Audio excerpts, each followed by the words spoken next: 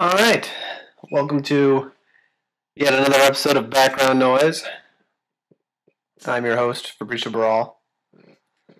And not joining me today is our good friend, Isaac Carlson. Because, as of this moment, this episode is being recorded on Sunday morning, and it will be put out into the world, ether, around Monday, sometime during the day. And unfortunately, Isaac was unable at any point in the last week to record this with me. I tried many times on many different days to make it happen.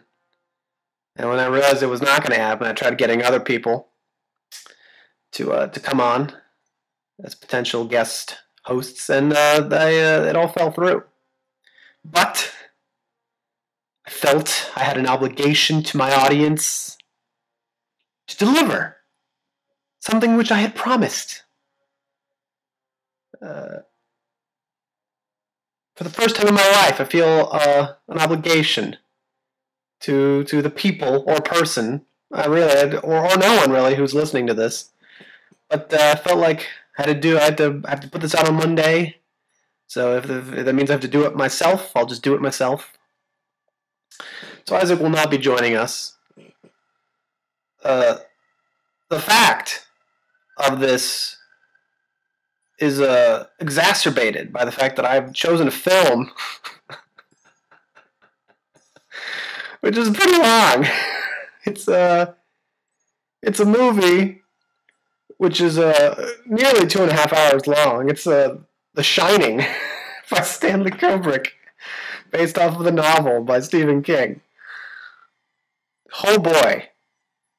Let me just say that this will be a testament. This will be a real challenge to try and entertain you all for 2.5 hours, or none of you, in which case I really don't feel that bad about this.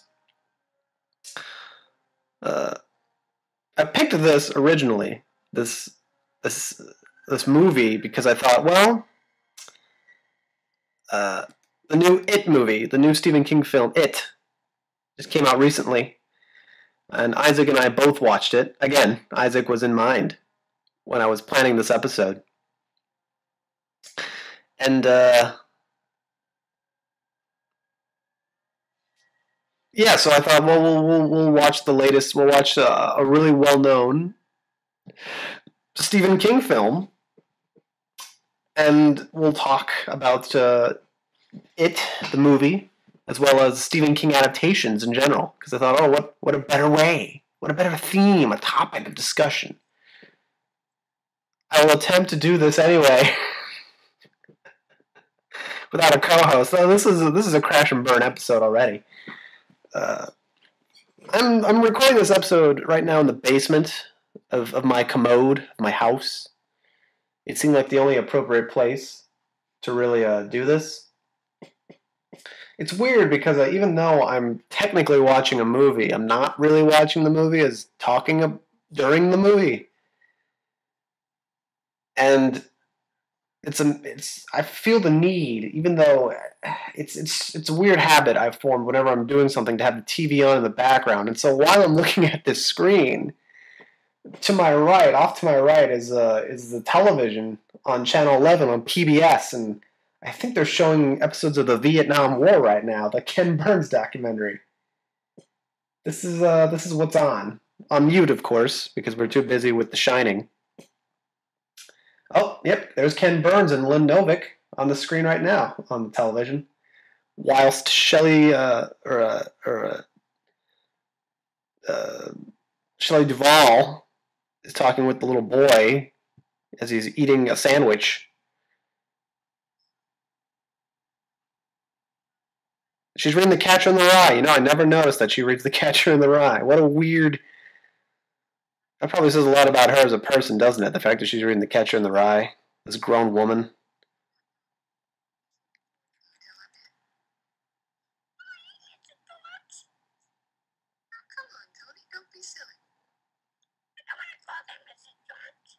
Yeah, this is gonna be rough. But so I recently watched it. let's just let's get on with it. Well, actually, before a lot's happened in the past week. Let's actually before I even get into it, before I get into any of that, and anything else, I guess I should mention that in the last week, since I recorded with Isaac the first episode, that episode was recorded and released on the same day. It was on a Monday that it was. We recorded it, and that same day, later on in the day, near the end of the day, it was put out online. Very interesting, considering that that day was his anniversary.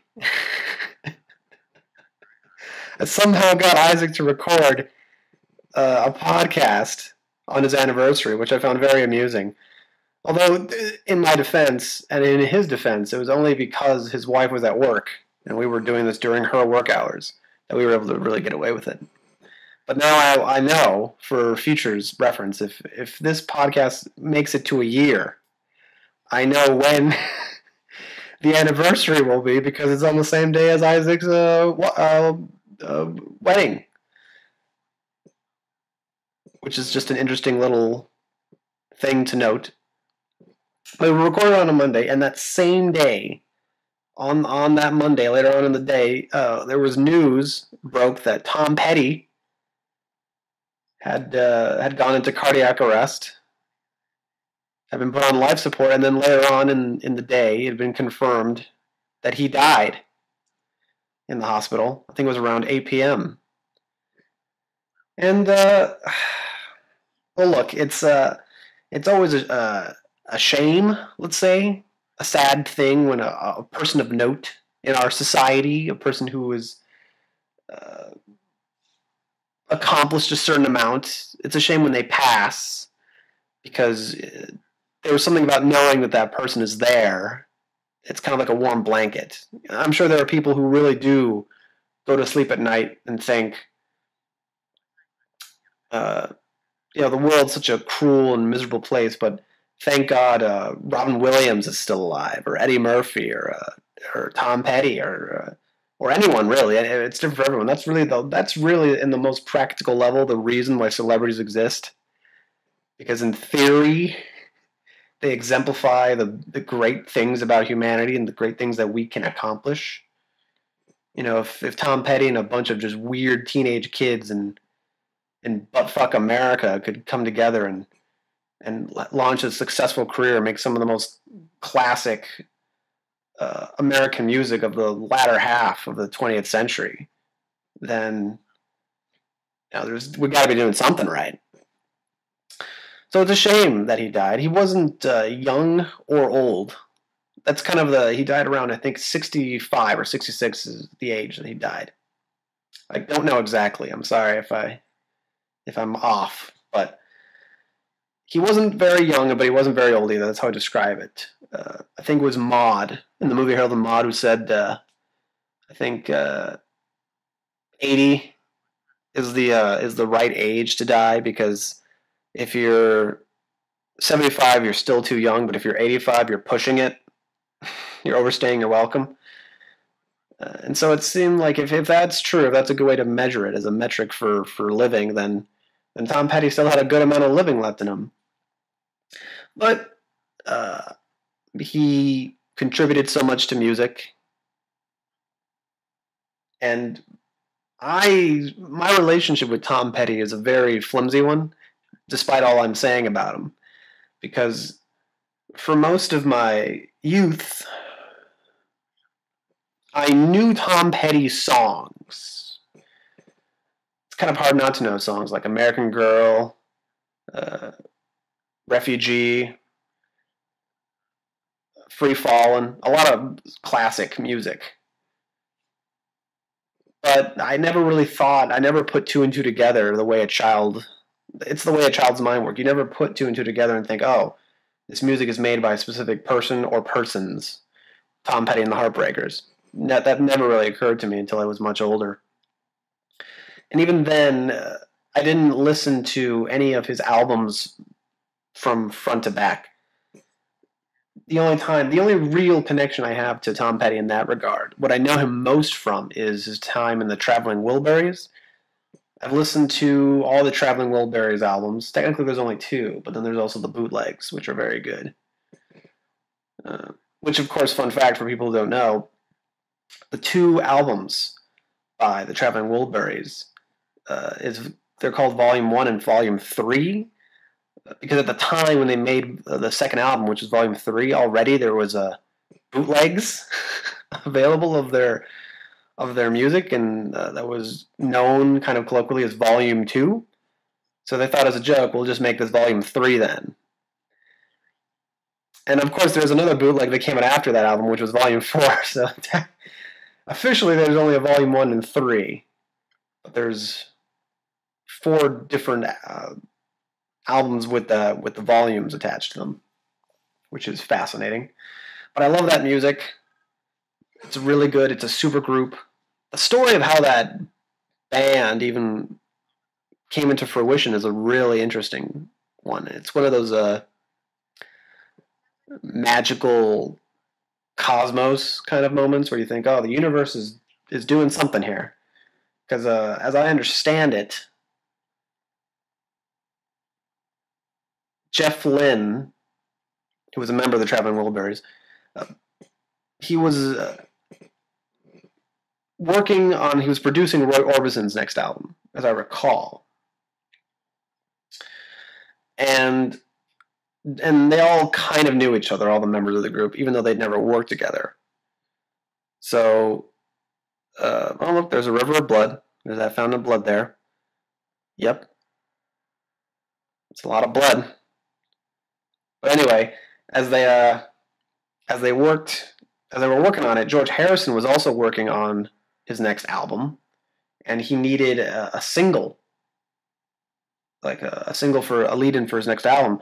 And he thought, well, why don't I think he needed a B-side even. I think that's what he needed. He was looking for a good B-side. And he heard that Roy was in town, and he thought, well, why don't I call up Roy and Jeff and see if I can, seeing that Jeff was working with Roy anyways, why don't I call him up and see if they could want to make a song with me? And of course they agreed, but it doesn't stop there, because George somehow left his guitar was at Tom Petty's place. This is something I never understood, this part of the story, because it was never explained properly in any iteration I've heard. How the hell did George Harrison's guitar end up in Tom Petty's place? I'm not sure. It was just there. I can only imagine George, after hanging up on Roy and Jeff, thinking, "Well, now I should get my guitar, but where did it go? I can't find it, huh?" And he had like a kind of like the Hangover movies. He was retracing his steps and thought, "Oh, it's at Tom Petty's place." And so he had to call up Tom. Well, basically, he goes to Tom Petty's place to pick up his guitar, and he tells Tom that he's gonna record some music with Roy and Jeff, and he asks Tom Petty if he wants to tag along. Or I don't remember if it was George who asked Tom if he wanted to come, or if Tom asked George if he could. But either way, Tom ended up going with them. So now you have George Harrison, Tom Petty, Jeff Lynne, and Roy Orbison all planning to work in a studio environment together. This is already a big deal.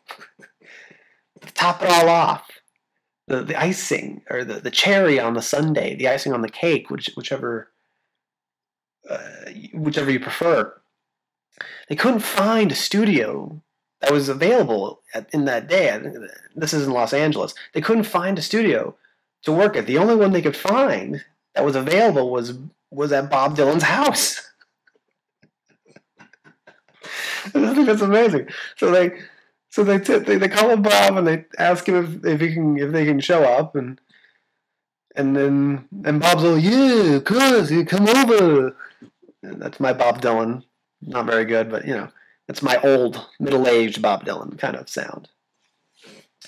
But then he hears about there's Roy and there's Tom and there's George and Jeff, and he's, "Hey guys, you mind if I tag along? Maybe I'll help you with the music." And so, of course, they say, "Yeah, sure, Bob. Sure, Robert. Why not?" And so you have what became colloquially the formation of the group. And they decided when they finished the song, I think in that initial session that day, they all were jamming out, and basically they recorded one song. I believe the song was "Handle with Care." I believe that's the song that they ended up writing on the first day. I'm pretty sure that was it. I could be wrong, but I'm pretty sure that was the song. And they were all working on it together very casually, and everyone was contributing lines to the song, and they were going back and forth. And at the end of it, George realized this song is too good for a B-side. Why don't I just and this doesn't really this song is too distinct from my album anyway. So why don't I just record more music with these guys? And basically that's how we ended up with the Traveling Wilburys, which is amazing. One of the great supergroups, the greatest group of singer-songwriters to ever come together. It's kind of amazing. And they decided to give themselves, to actually be in character for the Traveling Wilburys. They decided that they would give themselves all Wilbur. They would be like the Wilburys, so they would all have their own fake names. And I don't remember their names at the top of my head. It was like some stuff like Lucky Wilbury. I think that might have been Bob. I'm not sure. I know I'm going to be corrected on this, so I'm not even going to bother trying to remember which was which. Basically, they all gave themselves fake names. Actually, you know what? Lucky was definitely not Bob's, because I remember Bob. I kind of remember Bob's name. It was Anyway, that's besides the point. They eventually they made up this kind of pseudo band with all these characters, kind of like Sgt. Pepper's. And even on the album, I don't think anywhere on the album did they even give proper credit. Everything was just credited to the Traveling Wilburys, and nowhere in the liner notes or anywhere on the album did they actually say who they really were. It was a Traveling Wilburys album, which I thought was pretty neat. This kind of idea of this group. It's not about any individual. It's just a group of great musicians. So that's really what I think of when I think of Tom Petty. I think about the Traveling Wilburys. And then I also think of the fact that Tom Petty and the Heartbreakers were the backup band, or the backing band for Johnny Cash on his second of the American recordings he did with Rick Rubin. Which is also probably why Johnny Cash covered some songs by Tom Petty and the Heartbreakers, like Southern Accents is a song he does on that album, he does such a good job. I think Tom Petty even said it himself. It makes him so mad. It made him so mad how good Johnny Cash's versions were, because it was almost like they were no longer his. The same thing happened with 9 Inch Nails, obviously, and Hurt. Basically, Johnny Cash is one of the greatest singers, country musicians, because he is a country musician, I think. I'd call him that, of all time. He's wonderful. But yeah, this is about Tom Petty. Basically, that's how I know him. In the strangest, in the most bizarre occurrences, of course, that same day on Monday, after I finished the original podcast with Isaac, and after which I go home, and he goes to spend the evening with his wife, of course, because it's their anniversary. I go back home, and I decide in the afternoon I want to watch something, a movie. And what do I pick? What do I find on Netflix? Something that I've been meaning to watch, but Running Down a Dream, the 4-hour documentary by Peter Bogdanovich on the career of Tom Petty and the Heartbreakers, from beginning to their original inceptions to all the way up to it was made in 2008. So almost up to their penultimate album at that point, which was released in 2010. So that's pretty much almost the entirety of their career, pretty much, is covered on that documentary. And later on that day, he croaks. It was just so bizarre. Wow, the same day that I'm really getting into for the first time Tom Petty and the Heartbreakers is the same day Tom Petty dies. I thought, what strange timing this is. So yeah, only now, in his death, of course, is it the appropriate time to listen to all of his music for me?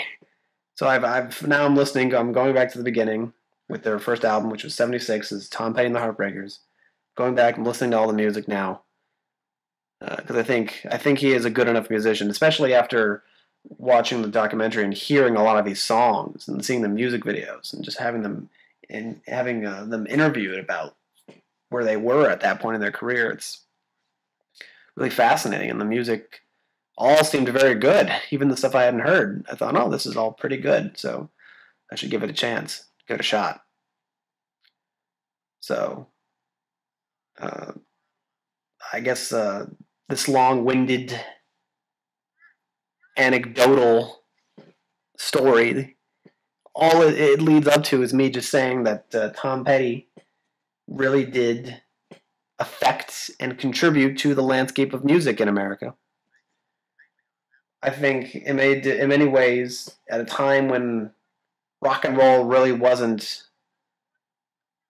very popular, especially when you consider the '80s.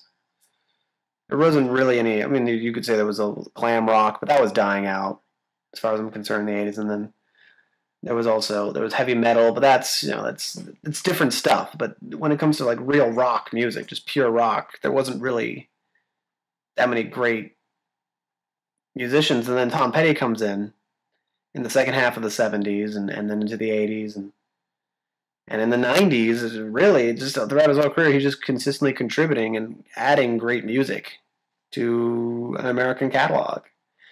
So God bless him. God bless Tom and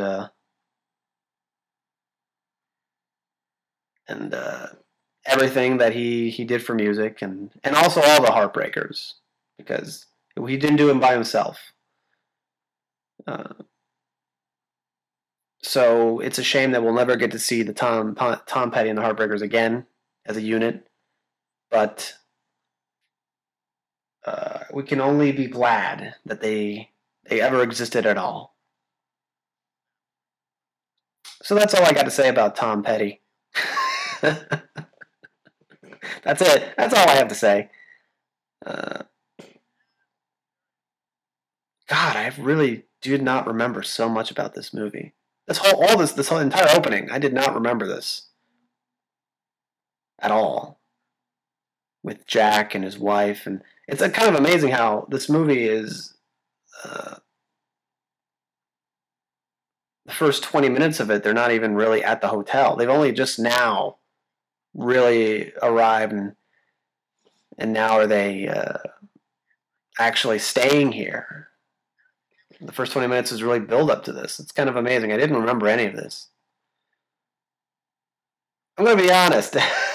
Well, before I get to that, before I get to what I'm about to say, I should point out that I originally chose this because of the new It movie, and also because of the Stephen King adaptations in general. So I will be talking about that by myself. There's more that happened over the week from the original uh, podcast to this one, but I almost don't want to bring it up because there's nothing I can say or contribute to the conversation that hasn't already been said in regards to many things, such as gun control and Puerto Rico. If there are two things I don't feel qualified to talk about, it's gun control and Puerto Rico. Tom Petty, maybe, but not neither of those two other topics. So, but they exist, and you have to acknowledge them. It's part of the fabric of this country. I can't ignore it. In many ways, that's kind of what The Shining is. In a weird way, The Shining is a lot like the book and the movie. It's a lot about it's like there's this thing that happened at this hotel, and it just permanently left a stain on the hotel, and it's made this place a real funky place to be in. Like there's something really bad going on here, but it's like you can't escape it. It's just now part of the soul of the place, and that's kind of what, in many ways, the United States is. There's just a lot of dark places and dark corners, and it's on the facade. It still seems like a very nice, large, welcoming hotel, but there's so much stuff there that when you peel back a little bit, it's just really terrifying. So all of this while I'm also, again, don't forget that the television is on, and yep, it is showing Vietnam. Look at those Vietnamese people building trenches. Pretty efficient. Pretty efficient. I know for a fact that Stephen King doesn't like this movie.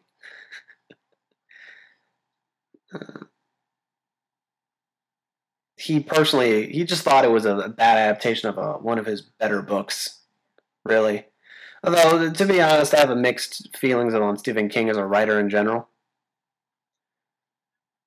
And a good example of Stephen King's writing is in the novel It. Oh, yeah, look at that segue.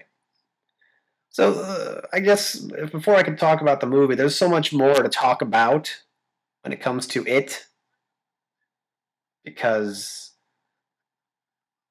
it's probably, I feel like it might be presumptuous to say this, but it might be the book that Stephen King is remembered for more than any other book he's done. Because you could say, oh, well, what about The Shawshank Redemption and also The Shining? To which I'd say, well, those are novels with really good adaptations, or that are movies that stand out more than the books. It is probably one of the few books he's written where the book is still better than any adaptation of it. It feels like you do need to read the book because the movies are lacking something. It doesn't necessarily feel like that with other adaptations of his work. The novel is so bizarre in many ways. It's really the prototypical Stephen King novel in the sense that Stephen King's writing style is really based around him just going on a typewriter and just typing away and not stopping until he's got a finished book. At least that's how I imagine. That's what I imagine he does. I can't imagine that he actually thinks about what he's writing. It doesn't seem like he does. It just seems like he has an idea. He's writing a scene and coming up with an idea for the next scene while he's writing the first scene. And he just goes on. I just imagine him like just hunched over, like a really old man, like a senile old man, just typing away with his hands and just flailing around in the air as they hit the letters on the typewriter. Just chink, chink, chink, chink, chink, chink, and why don't we put this in the book? Yeah, that's a great idea. Oh. That's my crazy Stephen King impersonation. You probably will be hearing more of them in this very long podcast. But you can tell when you read the books, there's oftentimes it feels like he needs an editor to edit down, because his mind goes in so many different directions. When he's writing, most people's minds, it's very hard for people to actually focus and think about one thing and try to just write in a chronological kind of way. So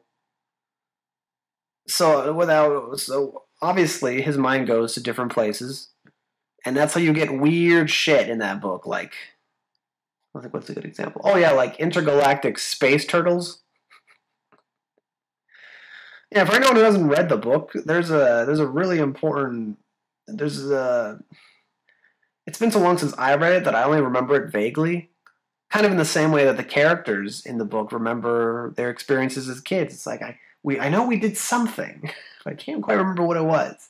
just like them, I know that I read the book, but I can't quite remember everything that happens. But what I do remember is that there is essentially an ethereal space turtle that like vomits out the universe, and somehow this is related to it, the entity, because he's like a force of evil that has existed as long as the universe has existed, I think. And the space turtle inadvertently or at a certain point actually gets directly involved in their cause to destroy the evil being. I'm really curious as to how they will approach that material in the movie, or if they just will take it out entirely. But yeah, the novel's all over the place. But the reason why it's okay, and the reason why it's still one of its best, is because considering the subject matter of the book, it actually kind of works. The book is about essentially childhood trauma. That's the overarching theme of the book. You can say the book is on a surface level. The plot is about, well, these kids having to deal with this evil monster that's eating them or killing them. It's about this town. It's about all these things, but really, it's about childhood trauma and how you can repress it, but it becomes a part of you as an adult. You never really can get over it. That's what the book is about, and it's exemplified by the fact that the book jumps back and forth in time. At certain points, I'm trying to remember. I think the book starts in the quote unquote present, which is to say when they were adults, because it's contemporaneous to when it was written. So it's sometime in the 80s. I don't remember exactly when, but basically when they're adults, they realize, oh yeah, the thing is back. It is back, and so we have to deal with it now. And then we flash back to when they're kids, and then we flash forward again to when they're adults, and the book goes back and forth in this way, which works for the book because it makes sense that if you have this traumatic experience, that as adults you're trying to relive it in your brain, you're trying to piece together what actually happened, and so the book kind of does that. And it works, and even though, again, it can go all over the place, it never feels like this is too much considering the material. And something like, what's another good example of where he might go? Well, maybe like The Shining. Sometimes it feels like he's pulling too far in any direction. Or the Mist. And just other stories he's done, it can feel like he's grasping for straws or just stretching the material too thin. But it never feels like that. It's a pretty engaging and entertaining book. If nothing else, if it's not a masterpiece of literature, if it's not a great novel, it's at least entertaining consistently. So, with that in mind, it's also a very long book. Not biblically. It doesn't reach that far, but it is well into the hundreds. I think it's something like, it's got to be over 600. No, it's definitely more than 600 pages. It's got to be like 800 pages. It's a very long book. It might actually be over 1,000. I honestly don't remember how long it is. I've got it on a shelf in my room, and I can visualize how thick it is. With my hands right now, I'm measuring how thick it is. Obviously, you can't see it, but I'm looking at how thick it is, and I'm thinking, yep, that's pretty big. It's a pretty big book. And so I'm thinking about that, and then I think about the first adaptation of this novel, which was the 1990 television movie, It. So I think I should just say up front that I'm not the biggest fan of the 1990 version. Well, first of all, it's a TV movie, which means automatically it's cheap, or at least relative to what a real movie is. At least for theaters, it's pretty cheap. So they can't go as far in certain places as they would have if they had a bigger budget. Also, the fact that obviously it was from 1990, special effects have come far in that time. In the 27 years since that movie was released. Which is actually, now that I'm thinking about that, is actually very interesting because in the novel and in the movies, it's explained that the clown, well, it takes the form of a clown, but the being, it wakes up, it feasts on the town, on the people of the town, and then it goes to sleep for another 27 years. It's kind of bizarre how that's worked out, that the movie comes out exactly 27 years after the original television movie. That's really odd. Now that I'm thinking about it, I find that to be a very strange coincidence. I wonder if that's when we'll get the next one. The next time someone wants to adapt Stephen King, it'll be another 27 years from now, which will mean what? That would be 2044? Yeah, that would be 2044 is when we would get that. So we'll see. If anyone's in 2044 is around listening to this, you can confirm if this is happening or not. That would be really freaky if it did happen. But anyway, it's in 27 years, special effects have gone a long way. But then again, you think, well, you don't need special effects that much to make a great horror film. Considering that, at least in my opinion, just about all the best horror films were made in the 70s. And even before that. So, special effects are not that important for a good quality film. But, all the same, you can do more with movies nowadays. So, obviously there are some detriments to the 1990 version. But the biggest one, I think, is just that... and they do this in the new movie version as well, where they decided, well, we're just going to basically have the first part of the movie be the kids section, and the second part of the movie, or the second movie, would say, because technically it's a two-part film, we'll make the second part primarily about the adults. Now, this is not entirely like this. In the first episode, or the first part, they do show the adults, and they talk about how, they start calling each other and say, oh, it's back, it's back. And so we do start with the adults, but then most of the episode is them as a kid. Once we're with them as kids, we pretty much stay with them as kids. And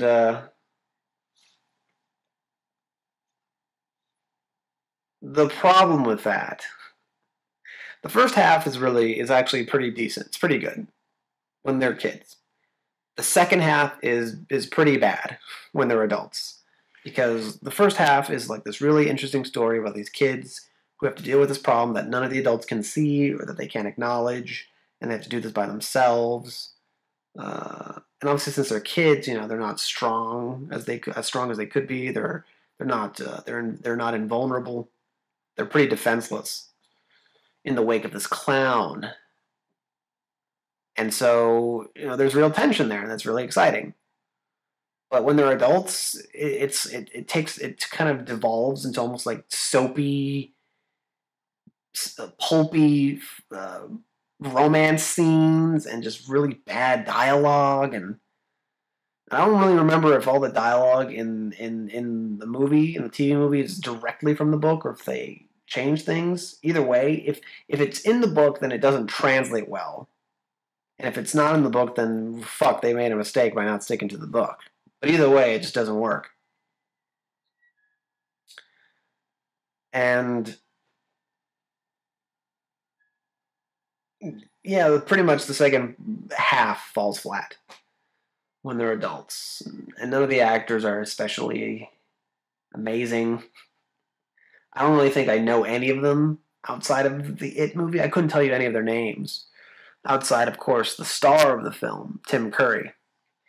And that's really the reason why people have such a fond opinion or fond memories of the television movie, is almost entirely because of Tim Curry's performance as It. It's pretty much the only reason why people like it, and it really is the only part that is consistently great. Tim Curry is a great actor. You don't need me to tell you that. Just think about all the movies he's been in. He can be a bit player in a movie, and he still stands out because he's so good. And he gets a chance to shine. I mean, really shine in it.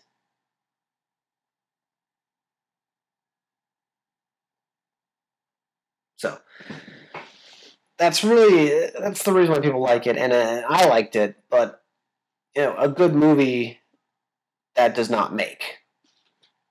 So overall, it's not a very, very good movie. It's not a very good adaptation. And it's really the TV movie proves in a certain way how there are certain things that are unadaptable, because part of the greatness of the book is in its structure, in the jumping back and forth.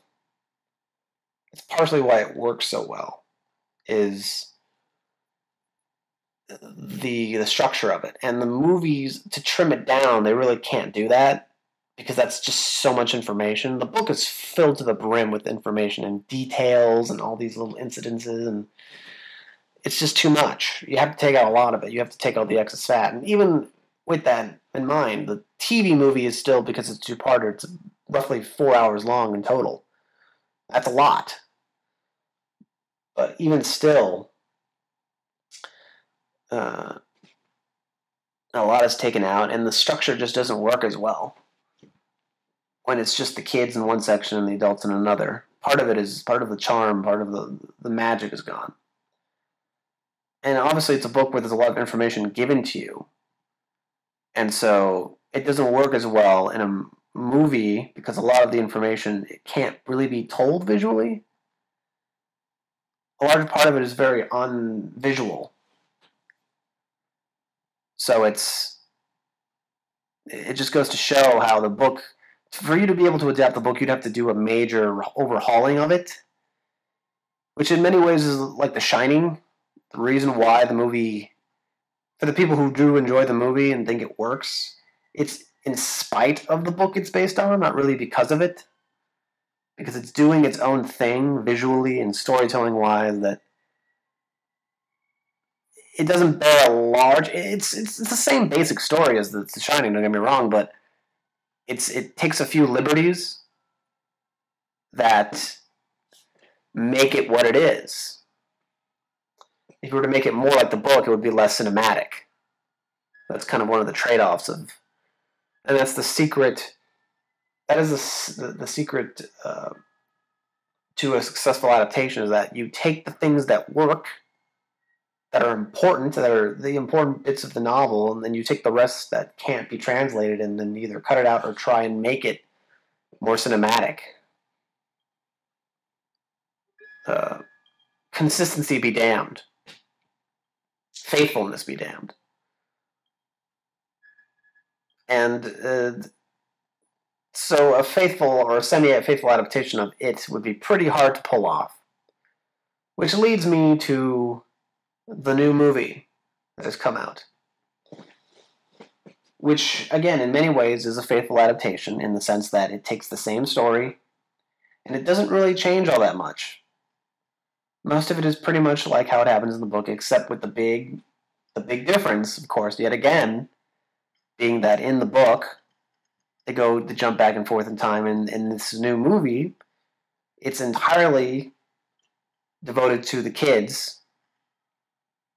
Not even in the TV movie, they show the adults and they hint at that, but in the new theatrical film, they don't even bother. They just start right with the kids in the past. Or I guess it's not the past, because the audience watching the film will have no knowledge of the film's future, so it might as well just be the present day 1980s, which is another thing actually that they did that kind of bothered me, and I'll get into that why. They jump the story. In the original novel, the kids are in the 1950s, and in this new movie, the kids are in the 1980s. So they shifted the story 30 years so that when they do the adult version, the adults will be living today, so it can be contemporary. Which, in theory, it makes sense, but I'll get into why it pissed me off a little bit. So, the movie I saw in theaters, obviously, I guess, since it still technically is in theaters, I think. There might be still some theaters that are showing it. It's definitely near the end of its run. Which is also something I find strange, the fact that it was released in September. It was released in mid-September, this movie. Which I find bizarre. Because it's a horror film. And you'd think conventional logic would dictate that the film would be released in a more appropriate time of the year, mainly a month later in October, closer to Halloween. And there goes Jack Nicholson starting to go a little crazy, which is why he was perfectly cast for his crazy face. But I just found that odd that it was released in September, not October. I guess there was just too much competition for October. But now that I'm thinking about the movies that are out right now, I can't imagine what the fuck it would have been competing against. A new Blade Runner movie? Oh boy, that's not going to be a problem. Let's be frank. The Mountain Between Us with Idris Elba and Kate Winslet? Nope. Again, I think about the movies that are out now. I think, why couldn't they have released it in October? What exactly is coming out later this month? I don't know. I don't have the schedule for the calendar for October in my hand, so I couldn't tell you. But it just seems like just an odd, random thing to decide to do. Release a horror film in September. But anyway, saw the film, and it's been a couple weeks since I've seen it now, or I don't know, maybe a couple weeks, but more than a week since I've seen it, and watching it, I had mixed feelings about it overall. I do think if I were to make a list of the best Stephen King or just if I were to make a list of Stephen King adaptations, period, from worst to best, there's well over 50 adaptations that I'm aware of that aren't spin-offs or sequels or that are actual direct adaptations of his books. And thinking about those movies, most of them are pieces of shit. The thing about, again, this is Stephen King writes books that are pretty unadaptable, so not surprisingly, most of the films that have been made from his books kind of suck. They suck real balls.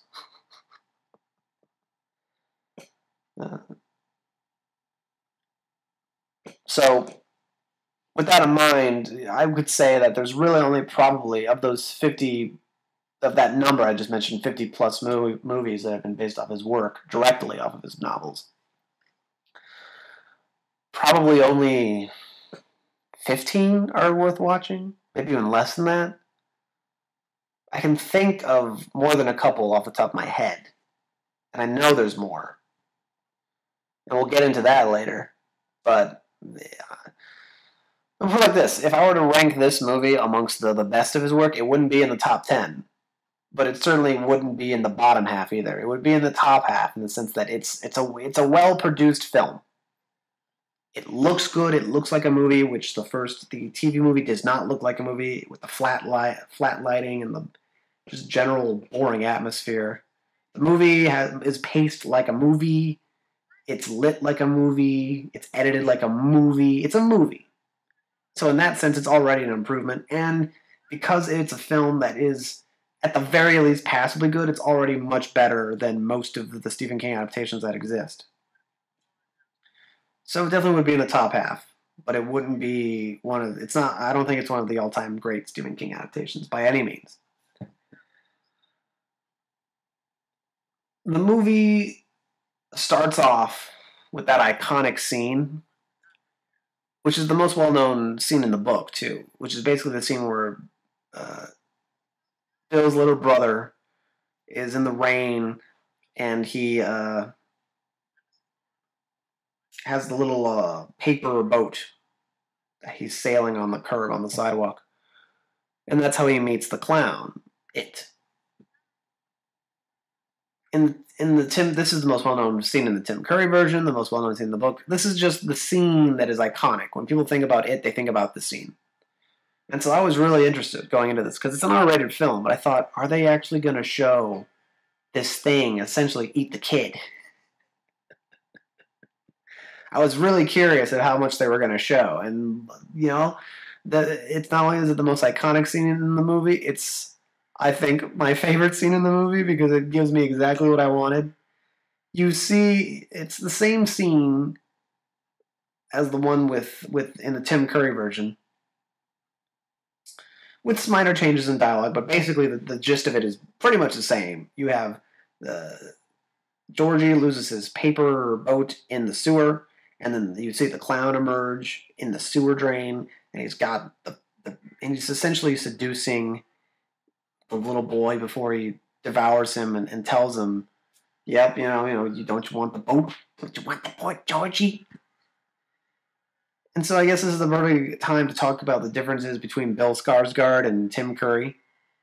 Bill does a good job as the clown. He does a good job. He does an admirable job as the clown.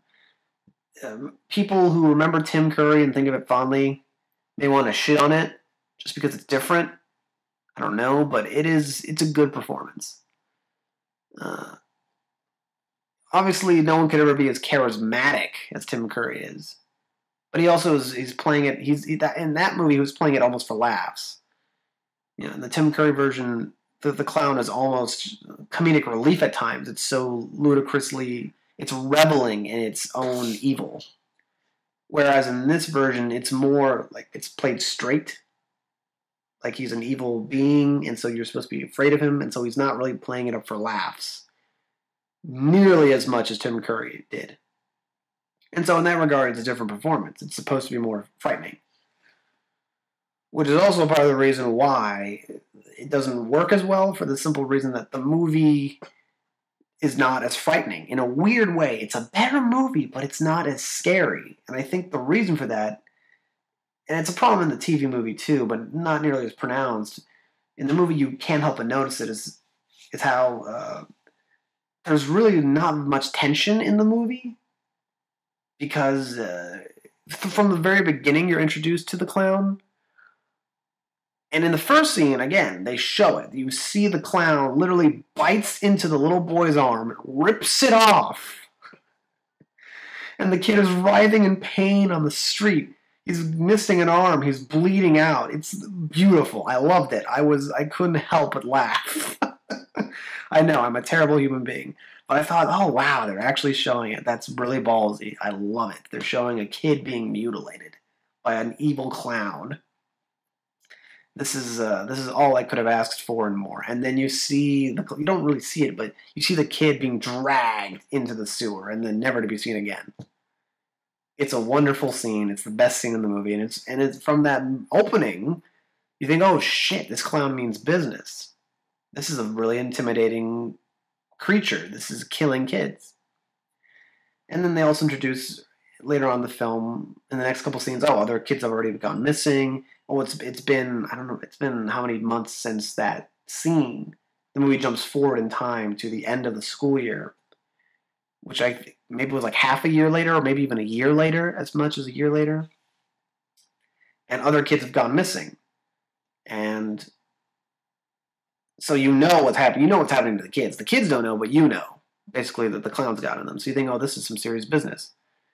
But then something really weird, or not weird, but the problems start to emerge from the fact that in the movie, they all encounter the clown. They all encounter him in various forms.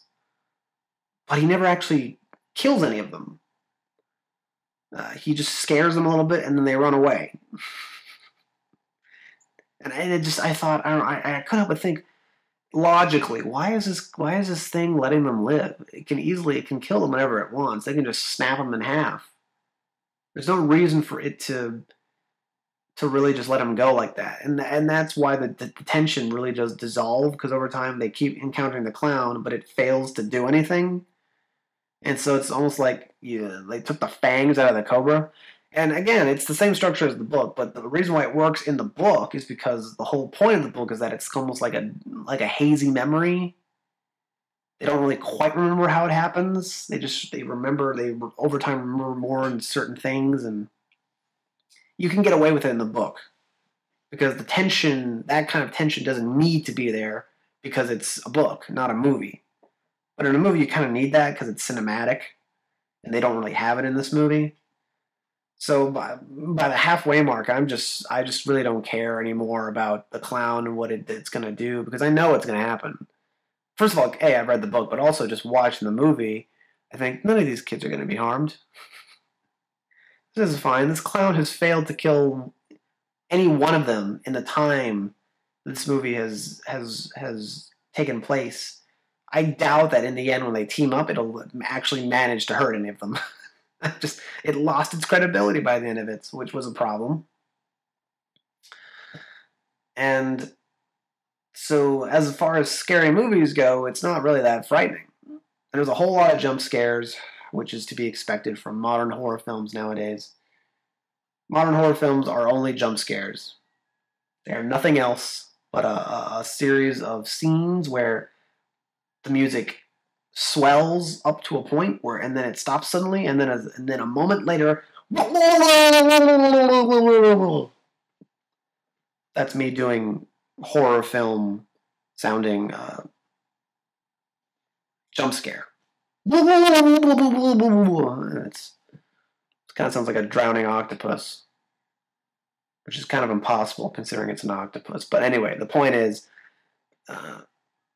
that's what most modern day horror films are. This film is no exception to this. And because of that, it kind of suffers for it. It's kind of hard to be really frightened by in that way when you don't actually believe that the clown's going to hurt any of them.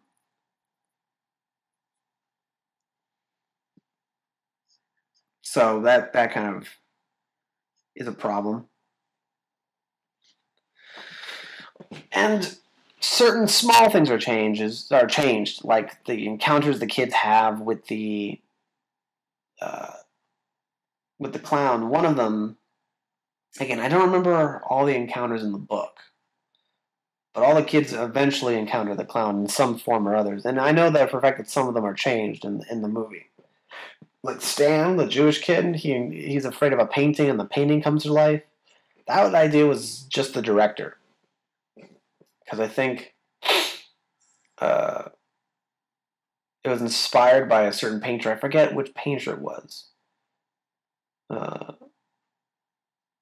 was Degas or was it Goya? I forget, but basically that whole sequence and that idea of the painting with the deformed woman, that was just an idea the director had because of his own kind of background in art and paintings and things that he was afraid of, I guess. So that's small things like that, but it doesn't really change the movie that much. And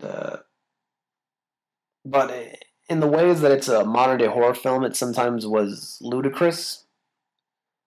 It felt so unnecessary. The jump scares are a good part, just a good example of that excess where this doesn't really need to be here at this point. This is not helping the movie anymore. Another good example is the fountain of blood scene, where the little girl, the only girl in the group, is in a bathroom, in her bathroom in her house, and blood starts squirting out of her sink until eventually it becomes a fountain of blood, and it just covers the whole room and her, and it was so ridiculous. I knew the inspiration for it. I knew the reason they did it was because it was an homage to Nightmare on Elm Street. I'm almost 100% certain that's why they did it, because that same scene happens in Nightmare on Elm Street where Freddy Krueger kills Johnny Depp, and then you see the fountain of blood coming out from the bed. In almost a very similar way, the same thing happens here with this fountain of blood just coming up and covering the entire bathroom and the girl. And mind you, I'm almost absolutely certain this was an homage to that, because later on in the movie, in the local theater, in the local cinema, you can see on the marquee it shows Nightmare on Elm Street 5. That's what it shows. That's what they're showing in the theater. So yeah, okay, see what you're going for there. But it just doesn't work as well because I just couldn't help but laugh. I thought, this is so much blood. This is ludicrous. This is an absurd amount of blood. I thought that this was just over the top, and that's a lot of this movie is just over the top, but played straight. But it's not so bad. It's good because it's a decent movie. It's a good movie in terms of production, in terms of everything else. So it was odd to me. It was off. It was just an off film. And that's really what all I can say about it. More than anything else, is just that it was okay. It was decent entertainment. I saw it with someone in the theater, and he fell asleep twice. Though in the movie's defense, I didn't necessarily watch it with the most easily agreeable person, someone who can just easily watch a film and be entertained. In that sense, in the movie's defense, it wasn't. I was awake the whole time, but I wasn't necessarily actively engaged with the movie the whole time. Now, back to the reason why it's set in the 1980s and why that pisses me off is just that I've gotten to the point now where I'm tired of the 80s. It's not really a gripe against the movie, but I just think I'm done with the 80s. I'm done with 80s nostalgia. I'm done with all that nonsense. And I think this movie kind of did it for me. I thought, oh, I'm fucking done with it. I don't need this anymore. This is not adding anything to the movie. The 80s soundtrack and the 80s aesthetic. You know, if I see another fucking horror film with a bunch of kids riding on bikes just randomly, I'm gonna get really pissed now because I think, holy fucking God, everyone's doing it now. And it doesn't help that the fact that one of the kids in the movie is played by someone who's in Stranger Things, a show that is dedicated to ripping off 80s horror movies and just movies in general from the 80s. That does not help at all. Yeah. On the subject of the kid actors, though, they are a highlight of the movie. The kid actors in the 1990 TV movie are also pretty good. All the kids do a good job. It was the adults that were the problem. And in this movie, the same thing happens where the kids are good. The kids are really good. If you care about the kids, that it was well cast and everyone plays their part very well.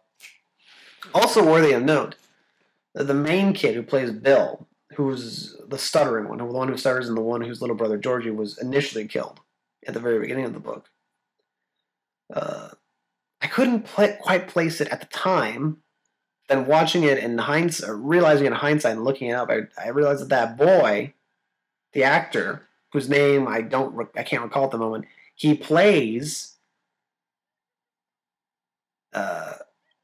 the main kid in the film Midnight Special from 2016. Plays Michael Shannon's son in that movie. And let me tell you, I love Midnight Special. I love that movie. And so after realizing that it was him, I thought, oh, wow, that's amazing. Also another film that's inspired by 80s cinema. God damn it. Well, not nearly as much. But yeah, Midnight Special is kind of like if you took Starman and E.T., combine them, you would kind of get a movie like Midnight Special. It's a great movie, though. I love it. So that's just another thing. That kid is going places now. I can pretty much tell. I can see it happening. He was a Midnight Special, and now he's in It, which is now gone to become the highest-grossing horror film of all time. At least without adjusting for inflation. Again, they've been touting that statistic now. It's a box office success. It's the most successful horror film of all time. But then I think, well, adjust that for inflation and tell me if that's actually true. Which is all I really care about. I don't care about how much a film makes so much as how much it makes against how much a film of that caliber would have made 20 years ago. Then I find it impressive. I'm almost absolutely certain if you adjusted for inflation, The Exorcist would still be a higher grossing film. I'm almost absolutely certain. But that's besides the point. At the end of the day, it's just money, which is all the studios care about, but I don't really care that much. It doesn't say anything about the quality of a film, that everyone went to go see it. It says a lot more about the marketing team than anything else. But much like how in the TV movie it's kind of ruined by the fact that it takes place in two different timelines, so too in the film do I think, it's not nearly as interesting when it's just one story in one specific timeline, one specific space. And I'm almost certain that when I watched, because obviously it's a two-parter and they're showing this, they're going to do the next part, which I think is going to release next year. I'm not quite sure, but I'm pretty certain they're going to probably slate it for near the end of 2018. Maybe that one will be released in October. Who fucking knows? But I'm almost certain I'm going to watch that, and I hope the actors are good. I don't know. I don't know if they've already cast the adult parts yet. I don't know, but I can only hope that they don't fuck that up, because that's trickier. That's a trickier part to do, especially when you're not going back and forth. Another thing worth noting, one of the major really changes I thought was in the fact that in the book, well, in the movie they have all the kids have their background, and the fat kid that's what he's known. He's the fat kid, and he is the new kid in school, and he spends most of his time at the library, and that's how he learns all about the history of the small town, and how all these weird things happen in the town, and he sees the connection, and he tells the group all of this. Whereas in the book, it's the black kid who does that. The black kid is the one who goes to the library a lot. He likes to read the books. And then in the adult version, when they're adults, he's the only one of all the 7 kids of the Losers Club. He's the only one who stays in town. He's the only one who actually, all of them leave when they're adults. They leave the town. But he's the only one who actually stays behind, and he becomes the librarian. The town librarian. And that's why it makes sense. So I'm thinking, how are they going to do this with this version? Are they going to have the fat kid, become the librarian to keep it consistent? Or are they just going to change that entirely? Because in this movie, the black kid is just like a farmer's son. Although, he's a farmer's son, but his parents are both dead. And he has absolutely nothing to do in that movie. It feels like there's a good 20 minutes in the beginning where, after you're first introduced to the kid, he doesn't show up again at all. He's just not there. And by then, all the other kids have met each other, and he's just the last. And then when they meet him again for the first time, they think, oh, right, there's a black kid. Forgot all about him. And then for the rest of the movie, he's just kind of there. He doesn't really contribute much of anything. Basically, he doesn't really need to be there, is what I'm saying, which is kind of a shame. Everyone else has something to do, kind of, sort of. He's just kind of tacked on, whereas in the book, he feels more vital. All of them feel vital in the book. Actually, because again, it's a much longer book, it's fleshed out. He suffers the most in this movie version. His character suffers the most. So, that's a shame. Of course it's the black kid. Of course it's the black kid who gets the fucking reduced background story.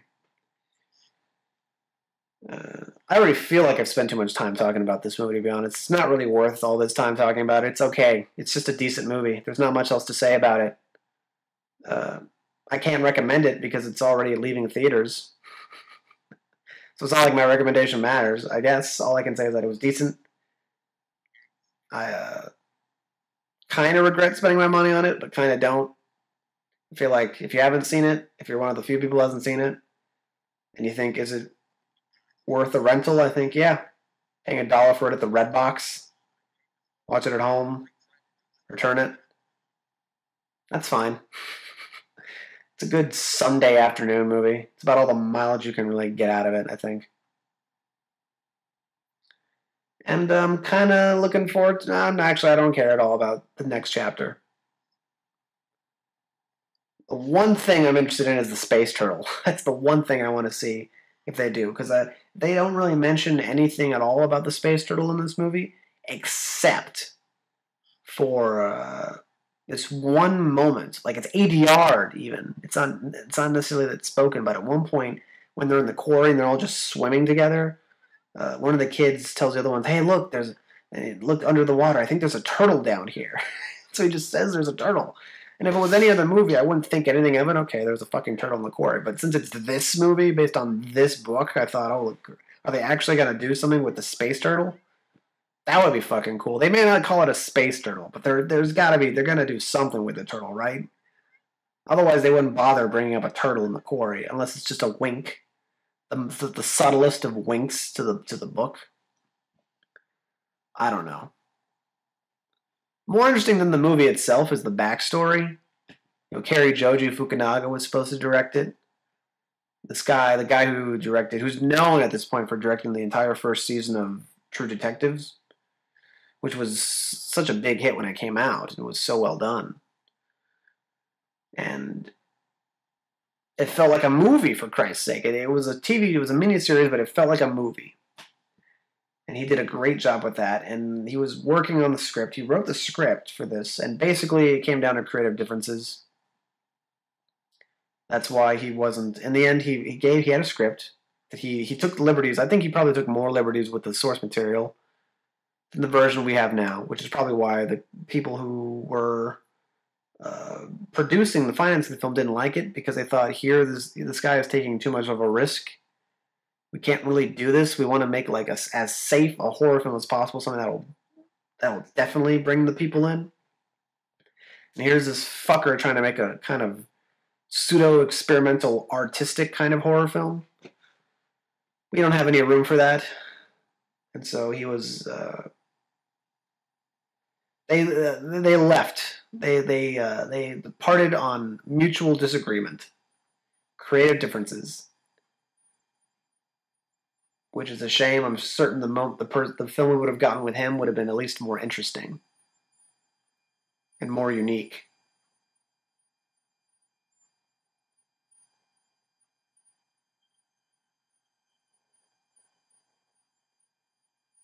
Yep, and here's the black guy in this movie. He's nearing the end of his run in this film. Oh boy. You can tell. I remember. If you want to talk about underused black people in movies, we got another one here. Oh boy. Yeah, this is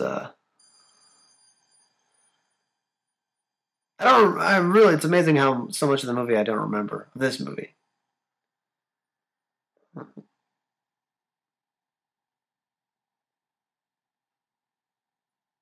All of this is kind of just a blur to me. It's really kind of amazing. Well, I guess it makes sense. In a 2.5-hour film, there's no way I could remember all of this. The last time I saw this movie, truth be told, I must have been around 10. Something like that. Maybe I was pubescent, but I don't think I was. I saw this when I was really young, and I haven't seen it since. Technically, this is me watching it for the first time in well over 10 years. So... it's kind of an experience. I will say this, even though I'm not technically really watching it, it does seem like it's better than I remembered. I remember being very underwhelmed by this movie. If you can believe it or not, this movie, of all movies, I actually remember being underwhelmed by it. Thinking, okay, this was alright. And watching it now, even though, again, I'm not really watching it, kind of half watching it, it feels better. It feels like, oh, yeah, this is a better movie than I remembered. Which I guess makes sense. It's a Stanley Kubrick film. But if we're going to be perfectly frank, I'm not the biggest Stanley Kubrick fan in general. I've seen just about all of his movies. I haven't seen his earliest films, which I think Stanley Kubrick wouldn't mind that I haven't seen them. I think he'd prefer it if I didn't see those movies. Certainly he doesn't want to see them. But I've seen just about all of them. Certainly the ones that people know. And I gotta tell you, I've always had mixed feelings on the guy. I think the height of my Stanley Kubrick appreciation was probably when I was around 13 or 14. After watching 2001: A Space Odyssey for the first time, and that movie just melted my brain the first time I saw it. I thought, what the fuck is this? That movie really just... I was actually more terrified watching that movie than I was watching The Shining. There was something about that movie that was legitimately frightening to me.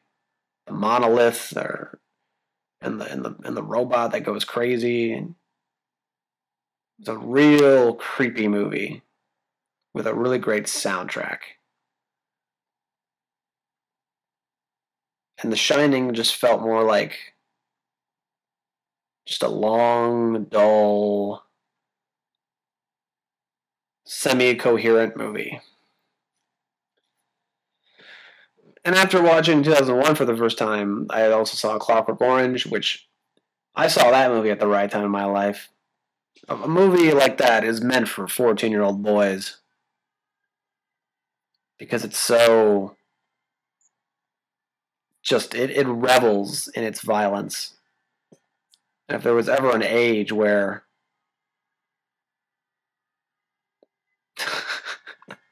Jack Nicholson's face.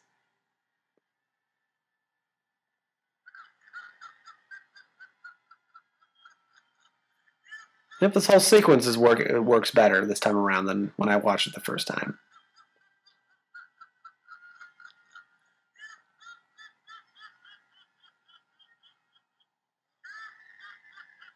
Yeah, look at that. It's that actually is kind of creepy, kind of freaky. But yeah, after watching Jesus Christ, after watching Clockwork Orange, I thought, oh, this is the coolest guy. After that, I saw Spartacus. I don't know why I saw Spartacus after that. That was kind of a random movie to watch, but I liked Spartacus too. I saw Full Metal Jacket. So I just kind of thought this was a cool director for the most part. But I think I saw A Clockwork Orange more than any other Kubrick film I've ever seen. I saw that one the most. I think I've seen that movie maybe 5 times. And I gotta say, around the 5th time, I must have been closer to adulthood by then. I must have been closer to 18. Or something like that when I watched it the 5th time. And I gotta tell you, by the 5th time, I thought, this is wearing on me. It was fun the first few times, but now it just seems kind of pointless. And I think also a large part of the reason why that film wore thin on me was because by then I'd read the book by Anthony Burgess, however you pronounce it. And I read the book, and let me tell you, the book's really good. Unlike a lot of Stephen King movies and Stephen King books where you really can't tell which is the better version. No, the book is without a doubt a really good book. And the movie is, by comparison, incomplete because the movie ends basically where the 20th chapter of the book ends. And the book has 21 chapters. So basically it's almost like what would be the epilogue for the film that just isn't there. And there's a well-known reason for this. In the 21st chapter of the book of A Clockwork Orange, the main character basically is back where he started. He's back in that milk bar. He's got a whole new group of gang members with him. He's doing what he did before because he's been cured, right? But he's bored. He doesn't really want to go out and revel in violence and rape. He's just like, it's not really what I'm in the mood for. Which is a new feeling for him. And then he encounters one of his old gang members. And that one of his old gang members, I forget which one, I think it's Petey. He has a girlfriend, and he's wearing real people clothing, and he has a job, or I think she's his wife, actually, not just his girlfriend. But basically, he sees one of his old gang members pretty much as an adult. Like, he's matured, and he's actually lives a life now. And it makes our main character, he kind of is envious of that. He thinks, oh, wow, maybe I should do that. Maybe I should, get a job and find a girlfriend or something. Maybe have a kid. He thinks about it in the book. He says, oh, can you believe it? I'm actually thinking about having a kid. And that's the whole point of the 21st chapter, is that basically on his own, without any need, or after all he's been through, all the trials and tribulations to try and get back to where he was from the beginning, he comes to the conclusion by himself, oh, I guess I've outgrown this. That's basically what makes the book so good, is that it's about maturity. Growing up, in a way. And that's why the movie doesn't feel as good because it takes out that 21st chapter. It's almost like it just ends where it begins. So much like the character in the book matures and moves on from that part of his life, so too did I watch the film again, and I've moved past this film.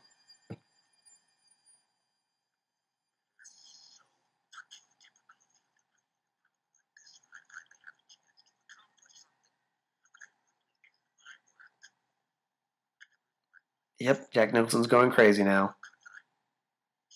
Yeah, here it goes. Here we go. This is the real moneymaker right here, Jack. You tear Shelley Duvall a new one. But yeah, so after watching that movie again, Clockwork Orange by that time, the reason why they didn't film the 21st chapter, as the producer, or as Anthony Burgess retells it, the producers told him that basically that ending was unrealistic. That it would make more sense in a real world that the character would probably just go back to normal and that would be it.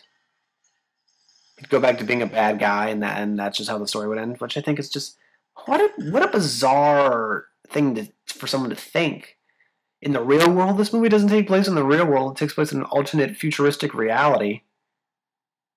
What the fuck are you talking about, the real world?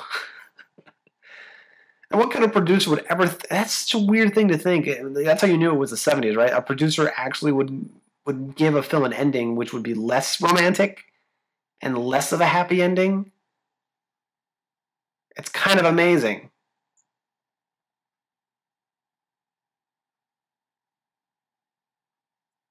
But anyway, over the years since then, I've just kind of looked at a lot of Stanley Kubrick's work and thought, ugh, this is wearing on me. You know, I'm not the biggest fan of Eyes Wide Shut. I saw Full Metal Jacket and liked it, but I have not felt the need at all to revisit it. Clockwork Orange, I don't think I have to see that for the rest of my life. Uh, I saw 2001 again years later in 70 millimeter in a movie theater, and that was a really good experience. That film feels like it's held up pretty well. Of all the films he's done, though, I think my favorite might be The Killing, just because it's so straightforward. There's no bullshit like in his later films. Mm. And I just have more. Most people when they think about Stanley Kubrick think about this genius, auteur filmmaker, and you know sometimes I watch some of his movies and I think, yeah, that's pretty good, and then I watch other ones and I think, well, that's pretty okay. That's not very good. That could have been better. So I don't have this opinion of Stanley the way most people have. I don't worship at the shrine of Kubrick. Which is not to say that he isn't a good filmmaker, just that I think the greatest testament to the greatest way I can illustrate my point about why I don't like Stanley, and I think his greatest weakness as a filmmaker is that he has these great ideas visually for things. But I think at the end of the day, Stanley, you know, he wasn't pretentious. I don't think he was. There are other filmmakers I would describe as pretentious. Ridley Scott, to me, is a pretentious filmmaker. I don't think Stanley Kubrick is a pretentious filmmaker. I genuinely think that he wanted to make movies that were entertaining and engaging as cinematic as humanly possible.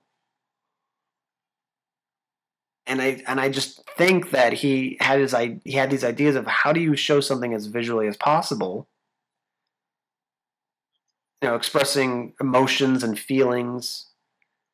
And I think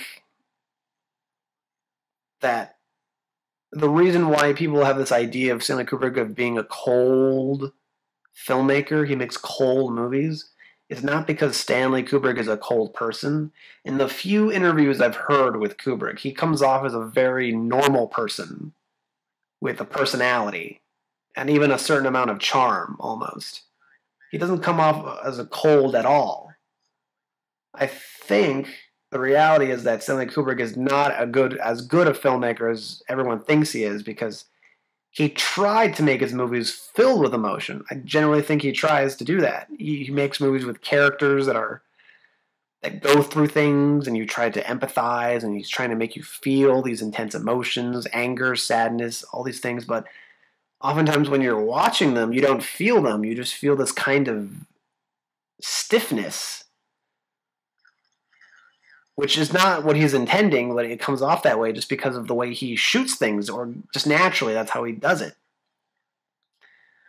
I mean, that's why I like The Killing, too, is that because it doesn't have this kind of really strict, austere, not austere, but what feels very rigid kind of style of his. Because of that, I watch The Killing, and it's just a really good kind of like heist film. It's a really well-oiled machine, that movie. And all the actors do a really good job in their parts, and it's just really good. Whereas most of his other films, they feel like they're bogged down in their Kubrickness.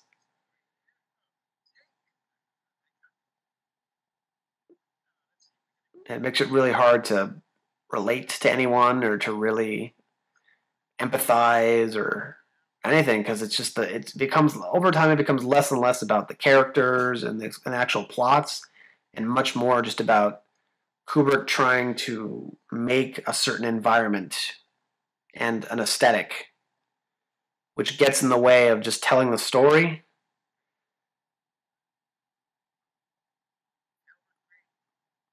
That's what I thought the first time I saw The Shining, at least. Maybe if I watched it again, I'd realize, oh no, it's actually a masterpiece. Maybe. I'm certainly more terrified of it now than I was when I first saw it, so I guess maybe I just needed to be older. Maybe that's it. But yeah, overall, I just think Stanley Kubrick is not one of the greatest filmmakers ever. I think of all of the, he has made many films. I don't know the exact number, but of the films he's made, which can't be more than, what, 15? Again, if I'm not even going to count those early ones, just, what we got? We got Paths of Glory, we've got The Killing, we've got Spartacus, and there's, Lita. Uh, what's that one film called? For Christ's sake, I can't believe I'm forgetting it. Doctor Strangelove, 2001, Clockwork Orange, Full Metal Jacket, The Shining, Eyes Wide Shut. I'm counting 10 right now. That's what I count, 10. There's got to be some I'm missing, but of the 10 I'm thinking of, I'd say maybe 2 or 3 are actually really good movies. And the rest are somewhere between okay and above average. So I definitely don't think he's that good. And much like Stanley Kubrick, I think, is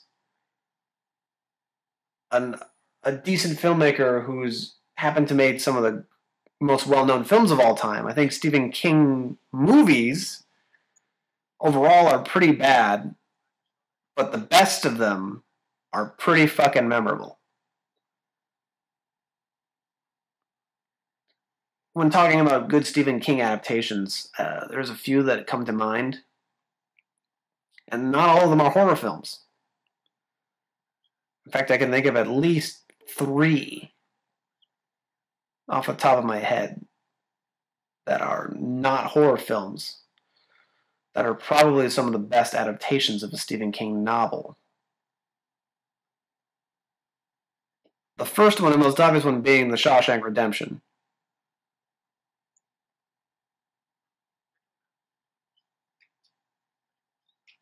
Shawshank Redemption's probably, I don't want to say this definitively, but to this day, it's kind of funny to me how if you go on IMDb, it's the top-rated movie of all time on that website is The Shawshank Redemption, because it isn't that great of a film.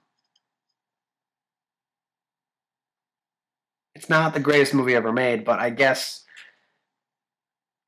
understanding the audience of IMDb, I guess it makes sense in the sense that it's a movie that doesn't really experiment. It's not doing anything experimental or trying to do anything really out there. It's a story with a beginning, middle, and end, but that story is told about as well as it can be told. And it is really engaging. And the actors are all they were do a really good job, and the story is entertaining from beginning to end, and there's nothing terribly political or controversial about it. And so in that way, I can almost understand. It's safe, but not bland. That's probably the best way to describe Shawshank Redemption. Safe, but not bland. When you compare it to something like this movie is not safe. This movie goes for things. It's not bland either, but it certainly isn't safe. So I can understand how a movie like The Shawshank is, say, higher rated on IMDb than this. Regardless of whether or not this one's better, which I don't think it is, but that's besides the point. Shawshank Redemption, at the very least, as far as Stephen King adaptations go, is probably the best of the lot, in my opinion. For all the reasons I just stated. Just a really well-told story. And it's interesting because Frank Darabont, the director of that movie, he hasn't directed many movies, but majority of them have been Stephen King adaptations. He directed The Shawshank Redemption and also adapted the script, adapted the book for the film. And he did the same thing for two other films, The Green Mile and The Mist. The Green Mile, which is another really good adaptation. It's not as good as The Shawshank Redemption. It's also much longer. It's nearly 3 hours. Or maybe it's over 3 hours, actually. I don't quite remember. It's long, but it's also very good. It's still a very good movie. And I'm the kind of person who usually, running times don't really bother me. A movie can be really long, and I don't care. It's not really something that I think about a lot, that prevents me from, for Christ's sake, some of my favorite films are Sergio Leone films, and especially when you think about his later movies. Once Upon a Time in America is probably my favorite gangster film ever made, and that film is, in its current form at least, close to 4 hours long. So yeah, I do not care about running times. So The Green Mile I think is really good, and The Mist is also actually a really good horror film. Even though it's not a horror film. It's more like a monster movie. Almost, sometimes it's a little campy, but for the most part, it's just a really good adaptation. And it's less about the monsters and more about just how this group of people in the supermarket who are trapped, or it's kind of like a microcosm for society. Overall, I think it's a really good adaptation.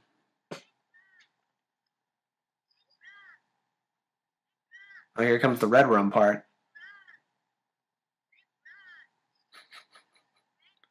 This kid is this kid is amazing in this movie. I just have to say that. This kid kind of anchors this movie in a way.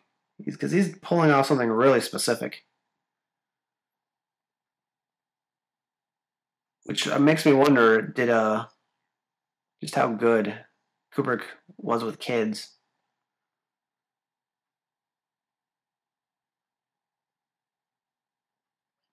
Of all the films he did, I think this is the only one where one of the leads was a child. I'm pretty sure. Although, anyone who knows that the next film he was going to be working on, prior to his unfortunate, untimely demise, was in fact AI, artificial intelligence, which has a child as one of the main characters. And that movie did come out eventually, but as interpreted and as directed by Steven Spielberg. Now, I've never seen that movie, and I'm very curious. I know for a fact I'm going to watch it very soon. So the next chance I get, I'm going to mention it. Because I've been, for the longest time, I've been curious about that movie. Because I've seen just about every Kubrick film. And I've seen just about every Spielberg film. That's one of those films I've just missed. I didn't watch it. There was never a right time to watch it.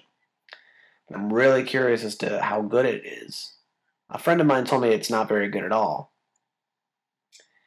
And I'm willing to believe him, but I'm also willing to believe that that may not be the case just because his taste is not necessarily the same as mine. Put it like this, he likes the French New Wave.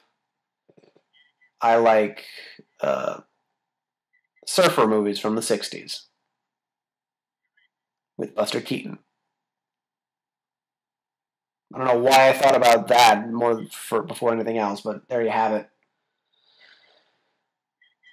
Uh,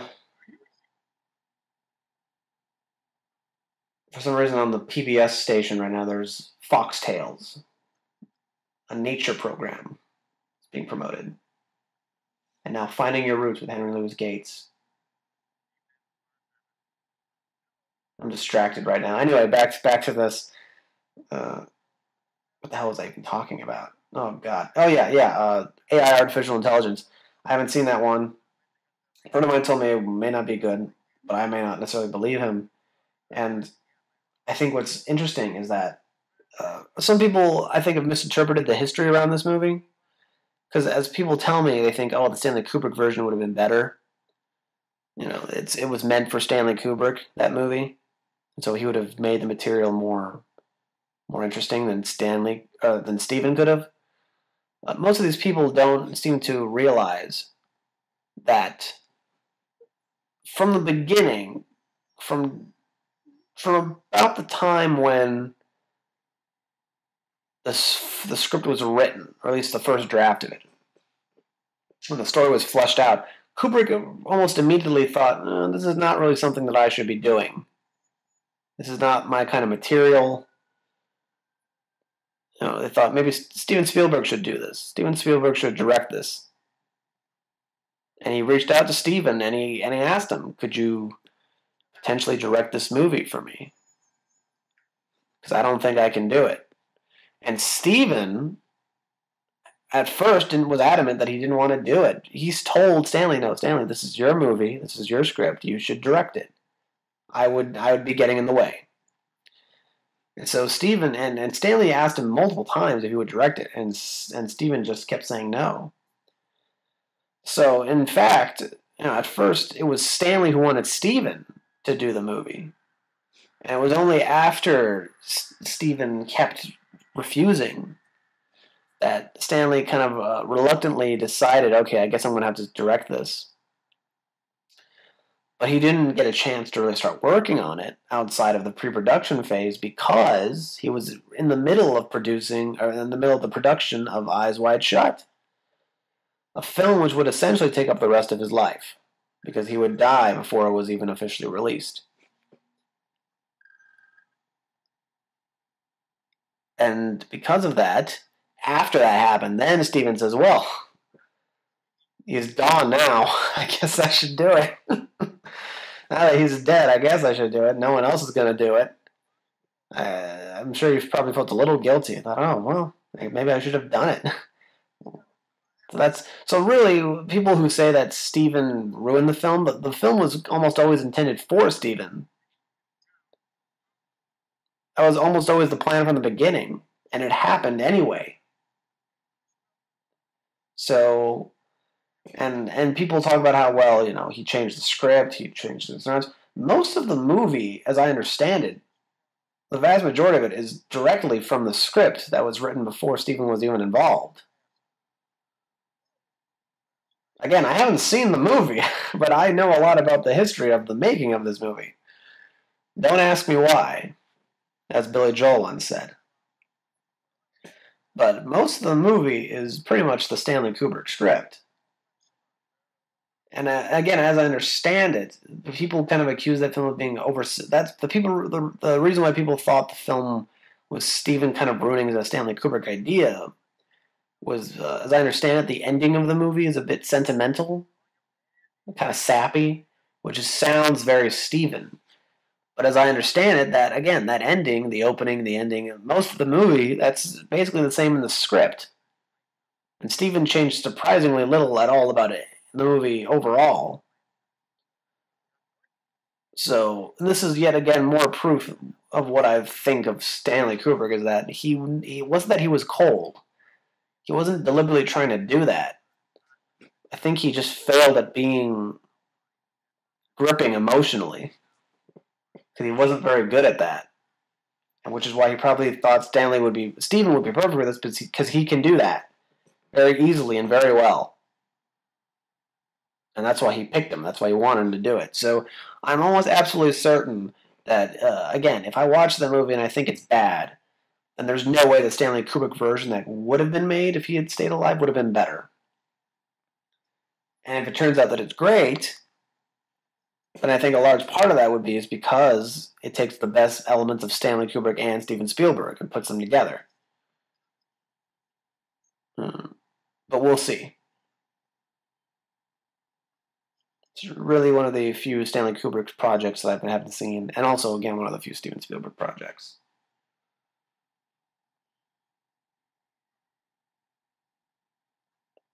God, this movie is long. There's a Winnie the Pooh bear on the back. I wonder whose idea was it to put that there. Because I don't remember seeing that Winnie the Pooh doll at all in this movie. I'm just seeing it now on this couch. I wonder who was the guy who said, this is a kid. You'd have a Winnie the Pooh doll. This is 1980 after all. Let's put something there. And then Stanley just said, oh, bother. Do what you want.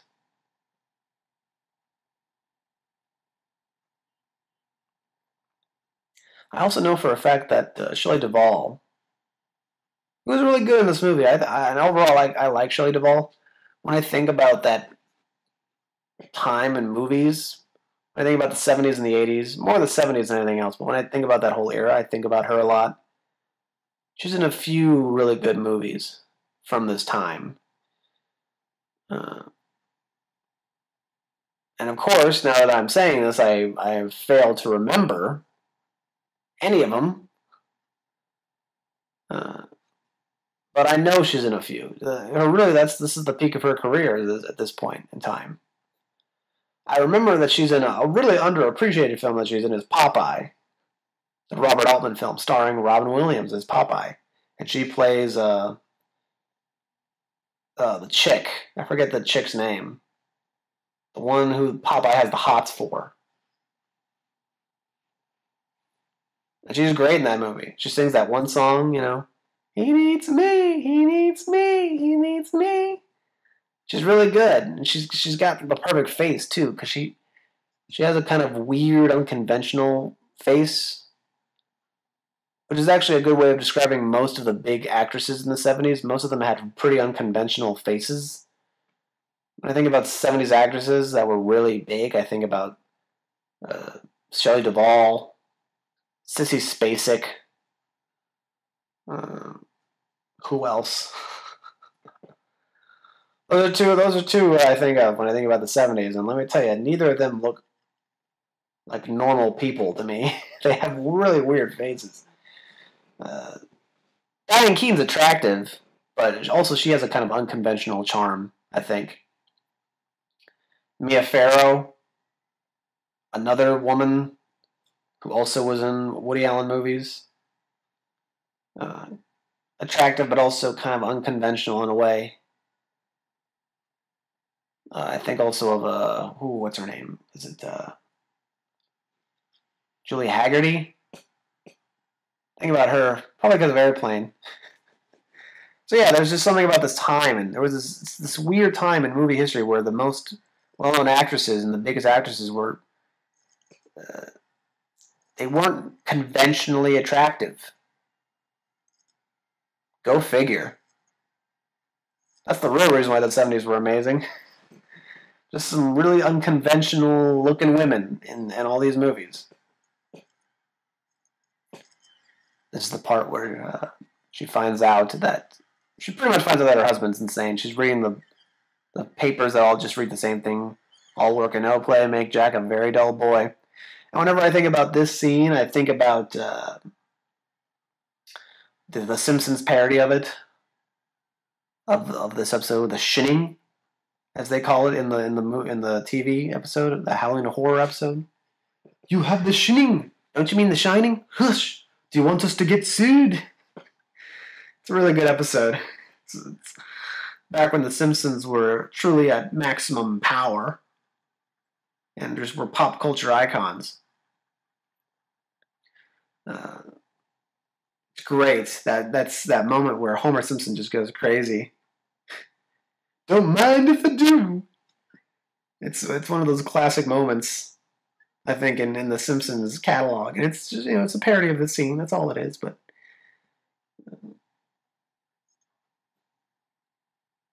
this is probably one of the most well-known scenes in the whole movie. I know for a fact, I probably already mentioned this, but Shelley Duvall. Stanley Kubrick did not like Shelley Duvall. I don't know why. I'm not entirely sure why he disliked her.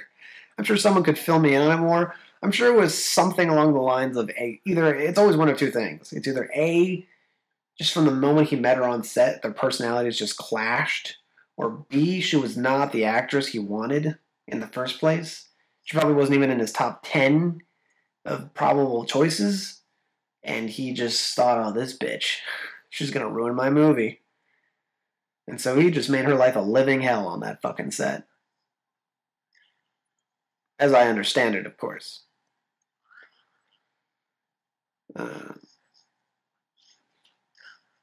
Which, if anything, makes Stanley seem definitely, again, doesn't seem like such a cold person if he's so fucking set against this one woman. Shelley Duvall, of all peoples. It's kind of a shame when I think about Shelley Duvall, because, most people at this point have probably seen the videos of her as an older woman, kind of acting really weird and kind of bonkers. She's wearing a weird aluminum plate on her, cone on her head. It's just, oh, God. Looking like a crazy old woman. It's really sad. Because I think, oh, this was a wonderful actress, and now she's gone the way of Sean Young. she's saying some things and doing things that aren't necessarily very kosher. Hollywood can be very unkind to its leading ladies. Shelley Duvall is a perfect example of that. I wouldn't be surprised, too, as terrible as it sounds, I wouldn't be surprised, too, if some of that weird psychosis that set in years later probably came or started on this set. I can believe that it all started with Stanley Kubrick just being so mean to her.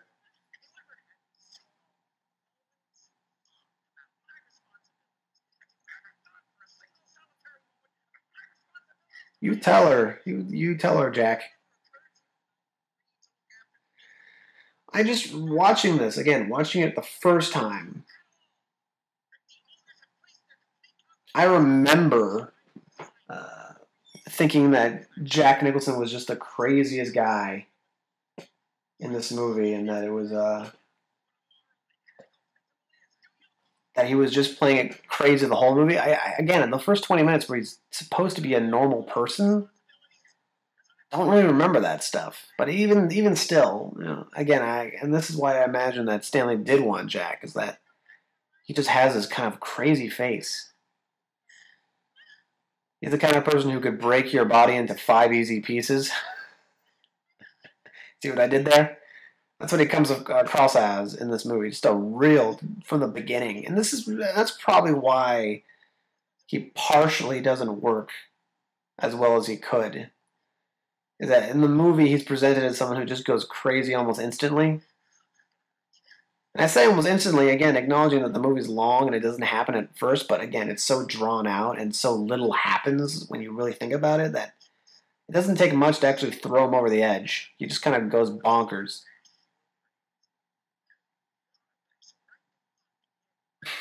I'm just going to bash your brains in. Watching it now, it's almost funny. The way he's playing it. It feels like he's hamming it up almost. He's going a little too crazy. But yeah, and I'm sure that's partially why the reason why Stephen King didn't like it is that there's a large part of characters taken out of this movie, especially with the Jack Nicholson character.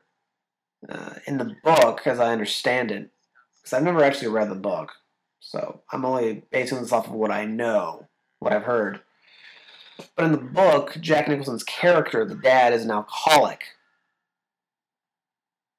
And that's really the thing that sets him off, is that he's trying to not drink. You know, but basically he's driven over the edge by that, as well as the ghosts.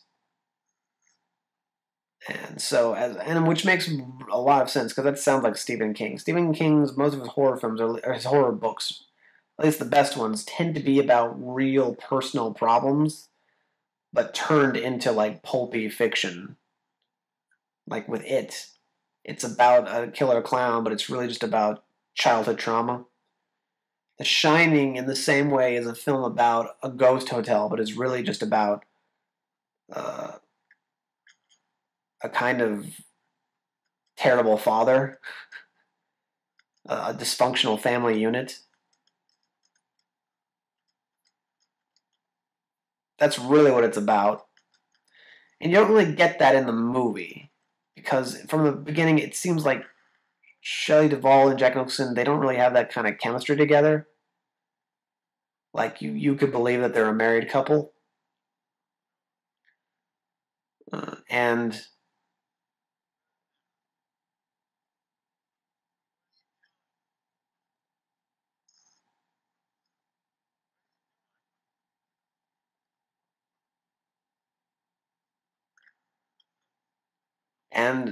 the movie suffers because of it. And then also the fact that Jack Nicholson's just playing it crazy. And he's not, there's not really much going on there in the movie. You're just supposed to get it. That doesn't help. And so Stephen King was so upset, of course. He was so mad at Stanley Kubrick's butchering of his book that he would go on years later to produce, I think he was a producer on it, but basically another movie was made, another Shining film. And I think it was, it was a TV movie, I think. I definitely don't think it was released in theaters. It was it was either like a straight to video movie or it was a TV movie that he made. And I know this because I've seen that movie. Although at the time that I saw it, I didn't realize that what it was. But I watched it. It was one of those many movies in my youth that I watched at 2 in the morning on public television. Channel 50.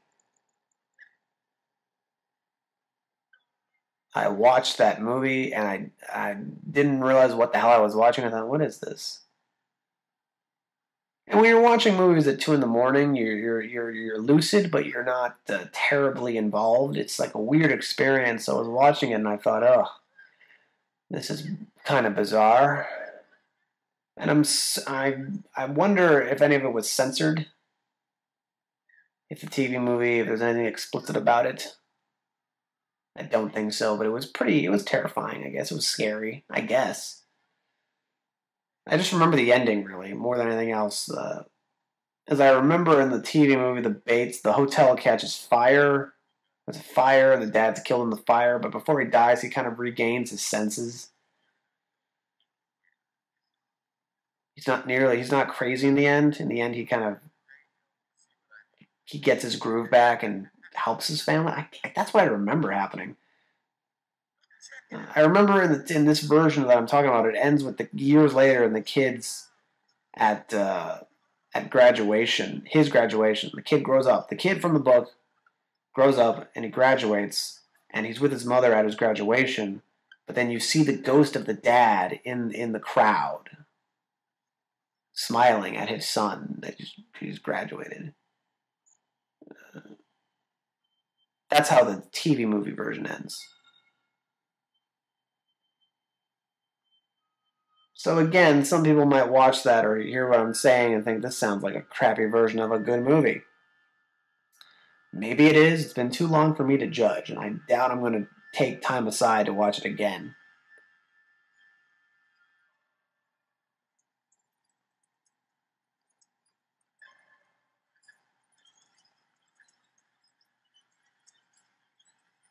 This is really the best part of the movie.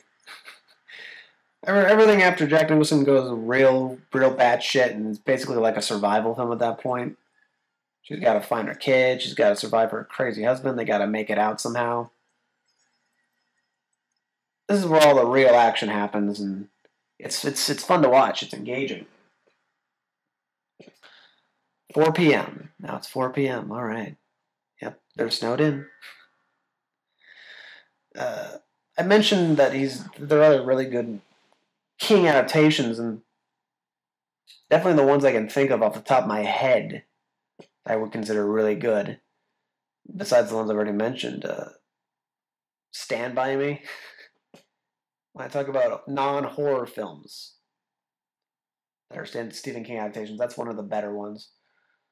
Stand By Me is a really good movie about kids growing up. In many ways, it's kind of like a companion piece to it.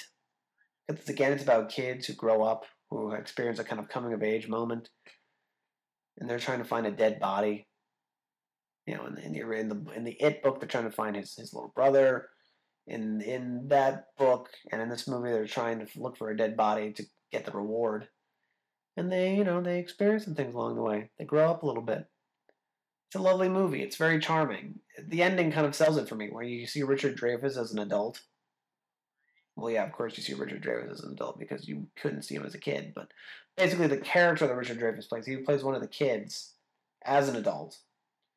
And seeing him and then seeing him write basically the story of that summer as a book. And him ending it, with I never had friends as good as I had when I was 10 years old. I wonder if anybody does something like that. I thought that's a really good ending. It's a very good ending to this movie. That was actually probably the one part about that movie that was dated at all, even though technically it's already a period piece. Is the part where it's contemporary and you just see Richard Dreyfuss on this computer typing away, and it's like the black screen with the green text. It looks so. You look at it and you think, who the fuck would write like that? Why not just write on a typewriter? But no, yeah. That's the one thing that looks so dated, that old computer.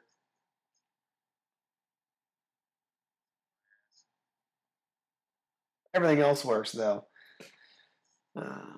I know when I mentioned that I was going to be showing in last week's episode a adaptation of a Stephen King novel, a really good adaptation, or considered one of his best. I got an email from someone saying that,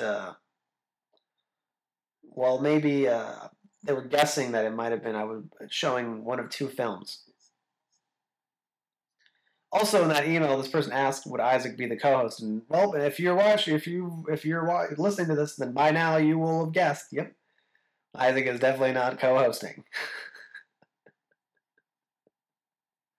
I will say this: I've actually managed to go the length here. I feel like I'm actually going to be able to do this whole thing. My voice is starting to crack a little bit, but I think I can go the distance. Again, I'm going to put this out on Monday, but for anyone who's wondering what time it is past 4 in the morning on Sunday as I'm recording this, so just letting you know, just for a reference here, just to know what I'm going through watching this program. I don't even know it's on PBS anymore. I was like, what the fuck is this? It's not the Vietnam War, that's for sure. This person suggested in this email that I was going to be showing either Dead Zone or Carrie. To which I must confess, I have not seen Dead Zone before. The David Cronenberg adaptation of the book. Which is a shame because I know the basic plot of the movie, presumably similar to the book. And I think this sounds really fucking good. Sounds interesting at the very least, and Christopher Walken, come on. I don't get to see enough Christopher Walken in my life. This would be an added bonus. But I haven't seen Dead Zone. I'm not really that big a fan of Cronenberg either. Just like Kubrick, not that big a fan of Cronenberg. Maybe I have poor taste. Maybe that's it. It's possible that I just am a person with poor taste in movies. I just happen to like to watch a lot of movies. This is a possibility.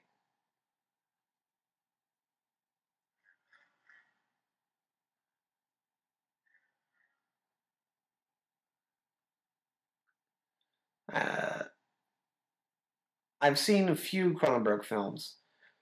His most well-known work, basically, The Fly and Scanners and Dead Ringers and some of his newer, less body horror-oriented films like Eastern Promises, films like that.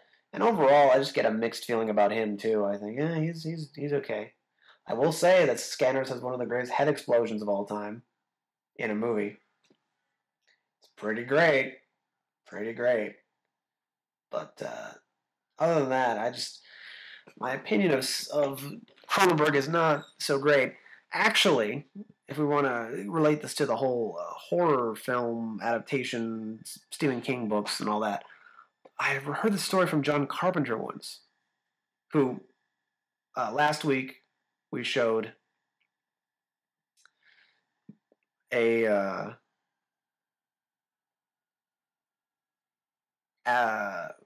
Carpenter film. We showed Halloween, which is, again, in my opinion, one of the greatest horror films ever made. One of my favorites, that's for sure.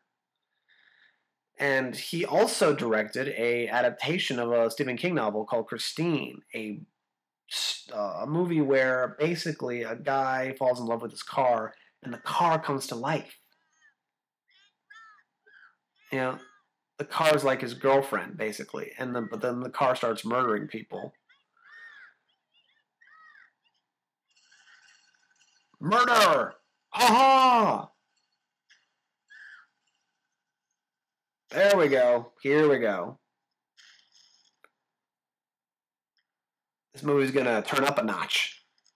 Business is about to pick up, as JR would say. But yeah, John Carpenter, basically, as he described it, there was I don't know how this is even possible, but a bunch of horror directors. There was an annual, like a dinner, where a bunch of horror directors would get together and there would be like a dinner event. Which automatically I think that's such a fucking random thing that exists.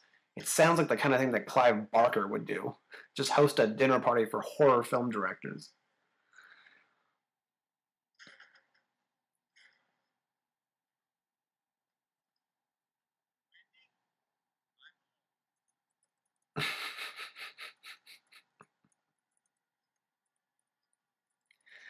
That's funny. And the way he describes it is that he would go to this every year, but then one year he went and David Cronenberg was just going nuts. I guess he was mouthing off and he was talking about how got to make important movies or something like that. I don't remember exactly, but basically he was saying some shit that Carpenter thought was obnoxious and pretentious, and he thought Cronenberg was full of shit, and so basically he stopped going. And you know what? I'll say this right now. I don't know if Dead Ringers is a better film than Christine. Maybe it is, but I certainly do not think that Cronenberg is a better filmmaker than Carpenter. So if Carpenter tells me Cronenberg's full of shit, then I'm really willing to believe him.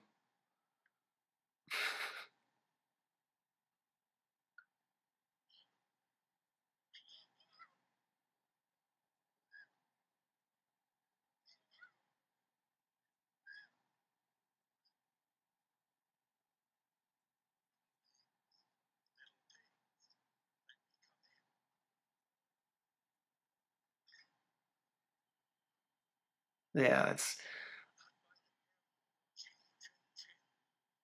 Carrie. I have seen though, and again, I'm not the biggest fan of De Palma. There's a motif going on here. But I do like Carrie. I think that's a really good movie. That's definitely one of the best Stephen King adaptations, without a doubt.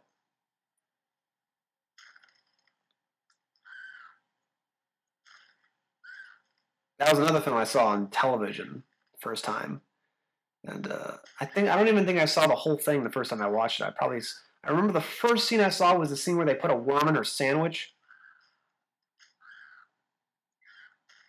And again, going back to those interesting looking women of the '70s, that film stars Sissy Spacek as Carrie.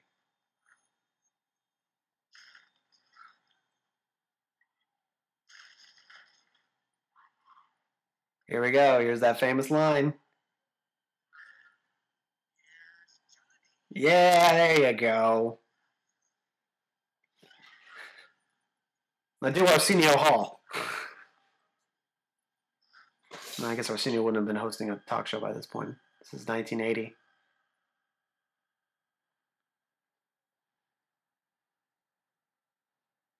I forgot about the black dude. Oh, it's amazing. It's amazing how this movie is so long and so much finally has happened in the last uh, 20 minutes of the movie, and yet the black dude dies pretty much near the very end of the film.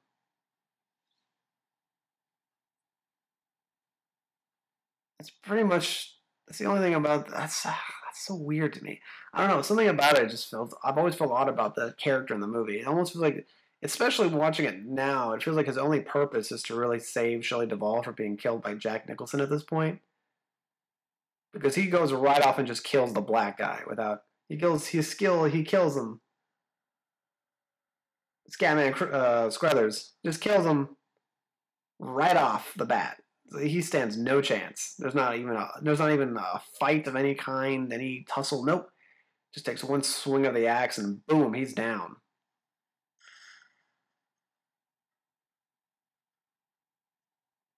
And so I thought, oh, I remember watching the first time and thinking this character felt like he was going to be really important to this movie. Like he was going to really do something. He was going to change. He was going to be like a variable that really affected the outcome. I guess he did in a way, but for the most part, I just felt like he was so unnecessary. Like he didn't really need to be there. Maybe that's probably another one of the things that's about this movie that I never really liked, and probably the reason why I never really uh, loved it as much as other people. I just thought there's so many unnecessary things. This movie is unnecessarily long, much like this podcast is. In that way, they are in tandem, but it's unnecessarily long. It just has a lot of unnecessary parts to it. And hearing Stanley Kubrick talk about it, he says, "I just wanted to make a movie with a bunch of the scariest images that you've ever seen," and in that way, it makes sense why he shot the film the way he shot it, because it's a bunch. There are a bunch of scenes that seem terrifying, but then when you watch the whole movie, it's just they were frightening, but what the hell did they really accomplish in the end? Not much. I feel like this film could have been really just stripped down even more, and just you know what is in this version is 2.5 hours probably could have been made into a 90-minute film. Which, on one hand, you could say, well, then you wouldn't have the way you couldn't build up the horror and the suspense the way they're doing it now. On the other hand, you think, yeah, but you could take out a lot of excess fat, a lot of excess fat. It would be maybe less ambient, but it would be more. It would also be more action packed.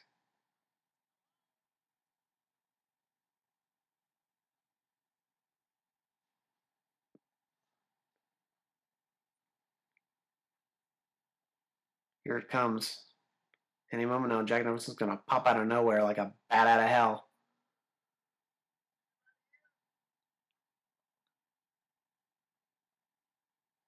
Well, damn! I gotta give the movie credit. I'm engaged at the moment. I'm looking forward to this.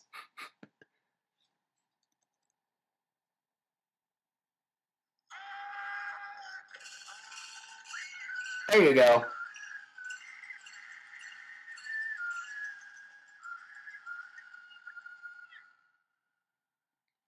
Yep.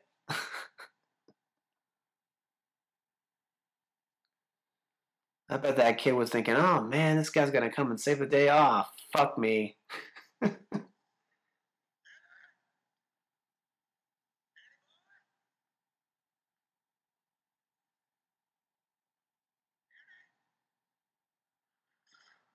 Yep, there he is. Now he sees the kid. Now he's gonna go after the kid. Brother, brother. this is actually kind of exciting. I'm not gonna lie. This is you got a little chase going on. You got Shelley Duvall flailing around. Look at the way she's running. I wonder if Stanley told her to walk like that. She's just weird. She's doing this weird flailing movement with her hands. Poor girl. She must have been really exhausted that day. This must have been like the.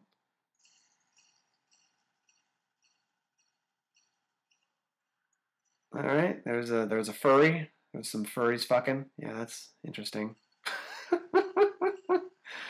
Oh my lord, this is weird.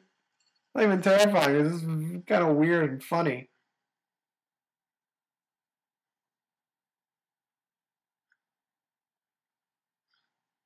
Was that supposed to be terrifying?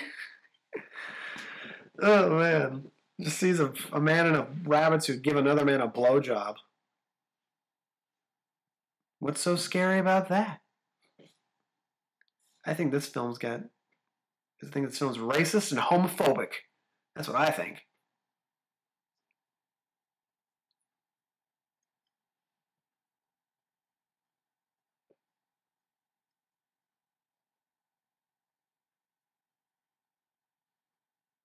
I'm actually kind of surprised that with a career as interesting as his, I don't remember Stanley Kubrick ever being accused of racism. Could be wrong. Don't really care that much either way. More than anything else, it's just there's not much else I can say about this. So good job, Isaac. You really let me down here. It's really funny too because this I know for a fact, looking ahead to the next one, that I'm gonna probably record that with Isaac on a Tuesday, on this Tuesday, this next Tuesday, and this is coming out on Monday. So basically, I will have put this one out on a Monday, and the next day I will be recording the one for next Monday after that. It's kind of thrown me in a funk now, isn't it? Uh, but that's what happens when your co-host bails on you. Uh,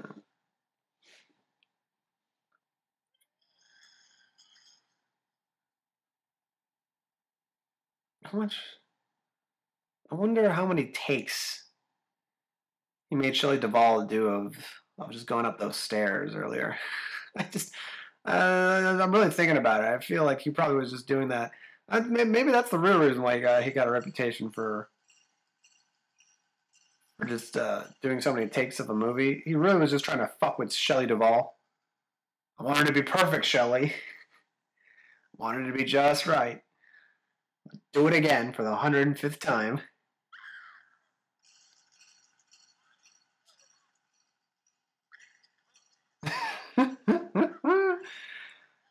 Man, poor Shelley. Shelley! Shelley!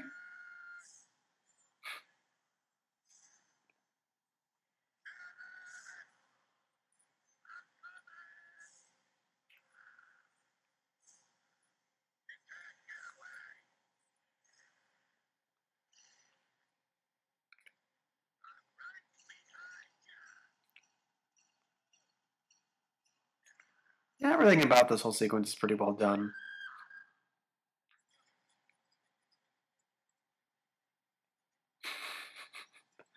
Now there's skeletons everywhere. Of course there are. Yeah, it's still got a little wig on though.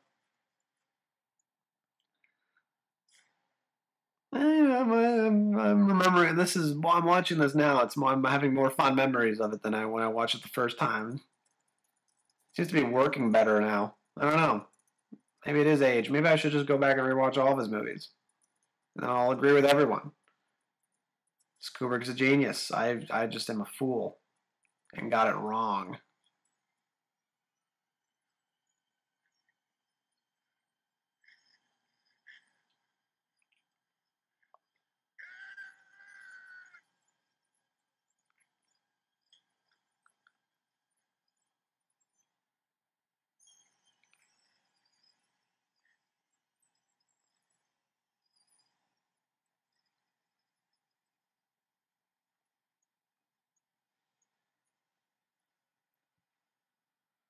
What was the film he made after this?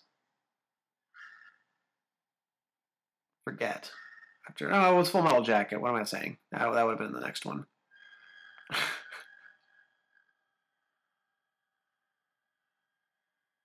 Or would it have been? No, wait, no. The next one would have been Eyes Wide Shut. No, yeah, Full Metal Jacket came before this. Full Metal Jacket was like 78. This was, because it was, what, like 13 years between movies? What the hell? Why did it take him so long to come out with another movie? I wonder. I wonder what the story there is. If only I could look it up and make this podcast a little bit more engaging at this point. But I shan't do that. That's not really what this is about anymore. This is more like an endurance test than anything. For people who are listening and for me. That's the enjoyment I'm getting out of this. I guess Jack Nicholson going crazy. Are there any other Stephen King adaptations that I failed to mention that are really good? Oh yeah, there's Misery. Going back to the horror ones with Kathy Bates and James Caan. James Caan, another great 70s actor. There's a motif here. All the best Stephen King adaptations have great 70s actors. Well, I guess with the exception of Tom Hanks and Green Mile, he's not really a 70s actor. He's more of an 80s actor. Speaking of which, I recently saw 2 Tom Hanks movies in a row. It was like a double feature for me. I decided I'm going to rewatch Turner and Hooch, and I watched The Man with the One Red Shoe. What two? It's amazing how they were both essentially comedies with Tom Hanks, but how different they were was kind of amazing to me. Turner and Hooch being a kind of straightforward movie where a man solves a crime with a dog. There's a murder in the movie, but it's for the most part very lighthearted. And Man with the One Red Shoe was like a spy film, but also a spoof on spy films. And for the first 20 minutes, you don't even really see Tom Hanks in that movie. It's so odd. And Jim Belushi's in it. Ugh, what a weird movie. So I guess that's a recommendation.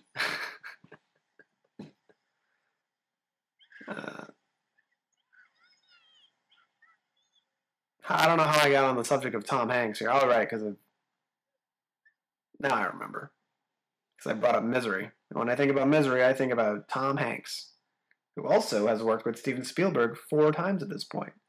Steven Spielberg, who made AI, Artificial Intelligence, the movie that Stanley Kubrick was working on. Oh, you see, it all comes full circle here. Like the 6 Degrees of Kevin Bacon. You can't get too far in Hollywood without mentioning Stanley Kubrick. Or Tom Hanks. Everyone's got a story. Also, speaking of Tom Hanks, for some reason this movie is making me want to rewatch Joe versus the Volcano. Probably just because this whole film takes place in like a snowy, wintry wonderland of horror. And Joe versus the Volcano doesn't necessarily primarily, but for a large part of it takes place on a tropical island with a volcano. So I guess I'm just thinking about that right now. On the tropical island with the coconut trees. That's what Jack Nicholson should have done. Shouldn't have gone to the Bates to this hotel. Bates Motel. It's a different movie. Shouldn't have gone to this hotel. He should have gone to the island with the volcano. Then he could have, finished his writing. Or jumped into a volcano, saved the locals, whichever one.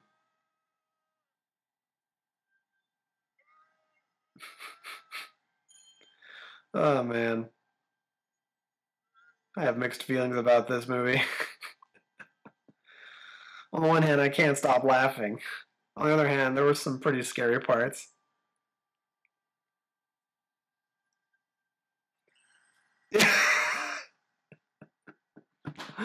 Oh, boy. Now it's frozen. Terrific.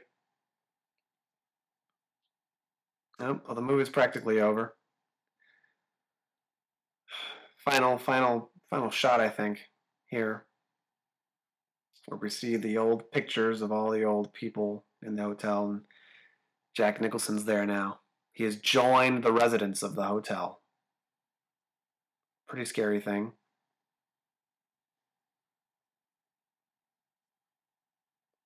And I wonder, when will Gene Shalit show up in one of these pictures? Because every time I look at Gene, I think it's bound to happen. Anyway, looking ahead to the next one, which I will be recording in a couple days, actually, which is, again, just a stupid thing to think. People are going to think I'm full of shit because I did not pick this movie because it's a horror film. That's, again, a coincidence that I'm filming, that this is being done in October. I'm recording this in October, and this is a horror film. That's a coincidence. I did it because of Stephen King movies, essentially, just to talk about that. And Halloween I picked because it related to my time at college. The next film I'm picking is also going to be a horror film. But again, I'm not picking it because it's a horror film. That's the weird thing. I'm picking it because of its relationship to something I'm reading at the moment. So I guess that's a hint. Next movie I'm gonna be watching is a horror film, and the director of that movie wrote a book about his life. So that should narrow it down considerably.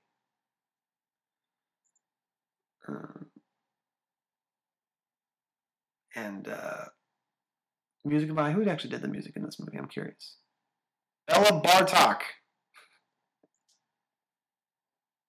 And as conducted by Herbert von Karajan or Karajan. Okay. Fine. That sounds correct. It's a good score, I'll say that. But yeah, so that's what I'm going to be doing for the next episode. Like I said, this episode will come out tomorrow. Well, for me tomorrow, but for you it'll just be today. Right? Yeah, that makes sense. Just about a minute left, a minute and 13 seconds. Well, I hope you enjoyed this viewing of this movie. I certainly have had a life-altering experience watching this movie right now. Oh, okay, so I guess the thing on PBS right now has something to do with Korea. How appropriate. They went from Vietnam to Korea. North Korea, specifically. Look at the march. They look ridiculous. Oh, what a weird country. Anyway, yeah, I hope you enjoyed this. I hope I entertained you at least enough. And I hope to see you next time on the next episode of Background Noise. Have a good one.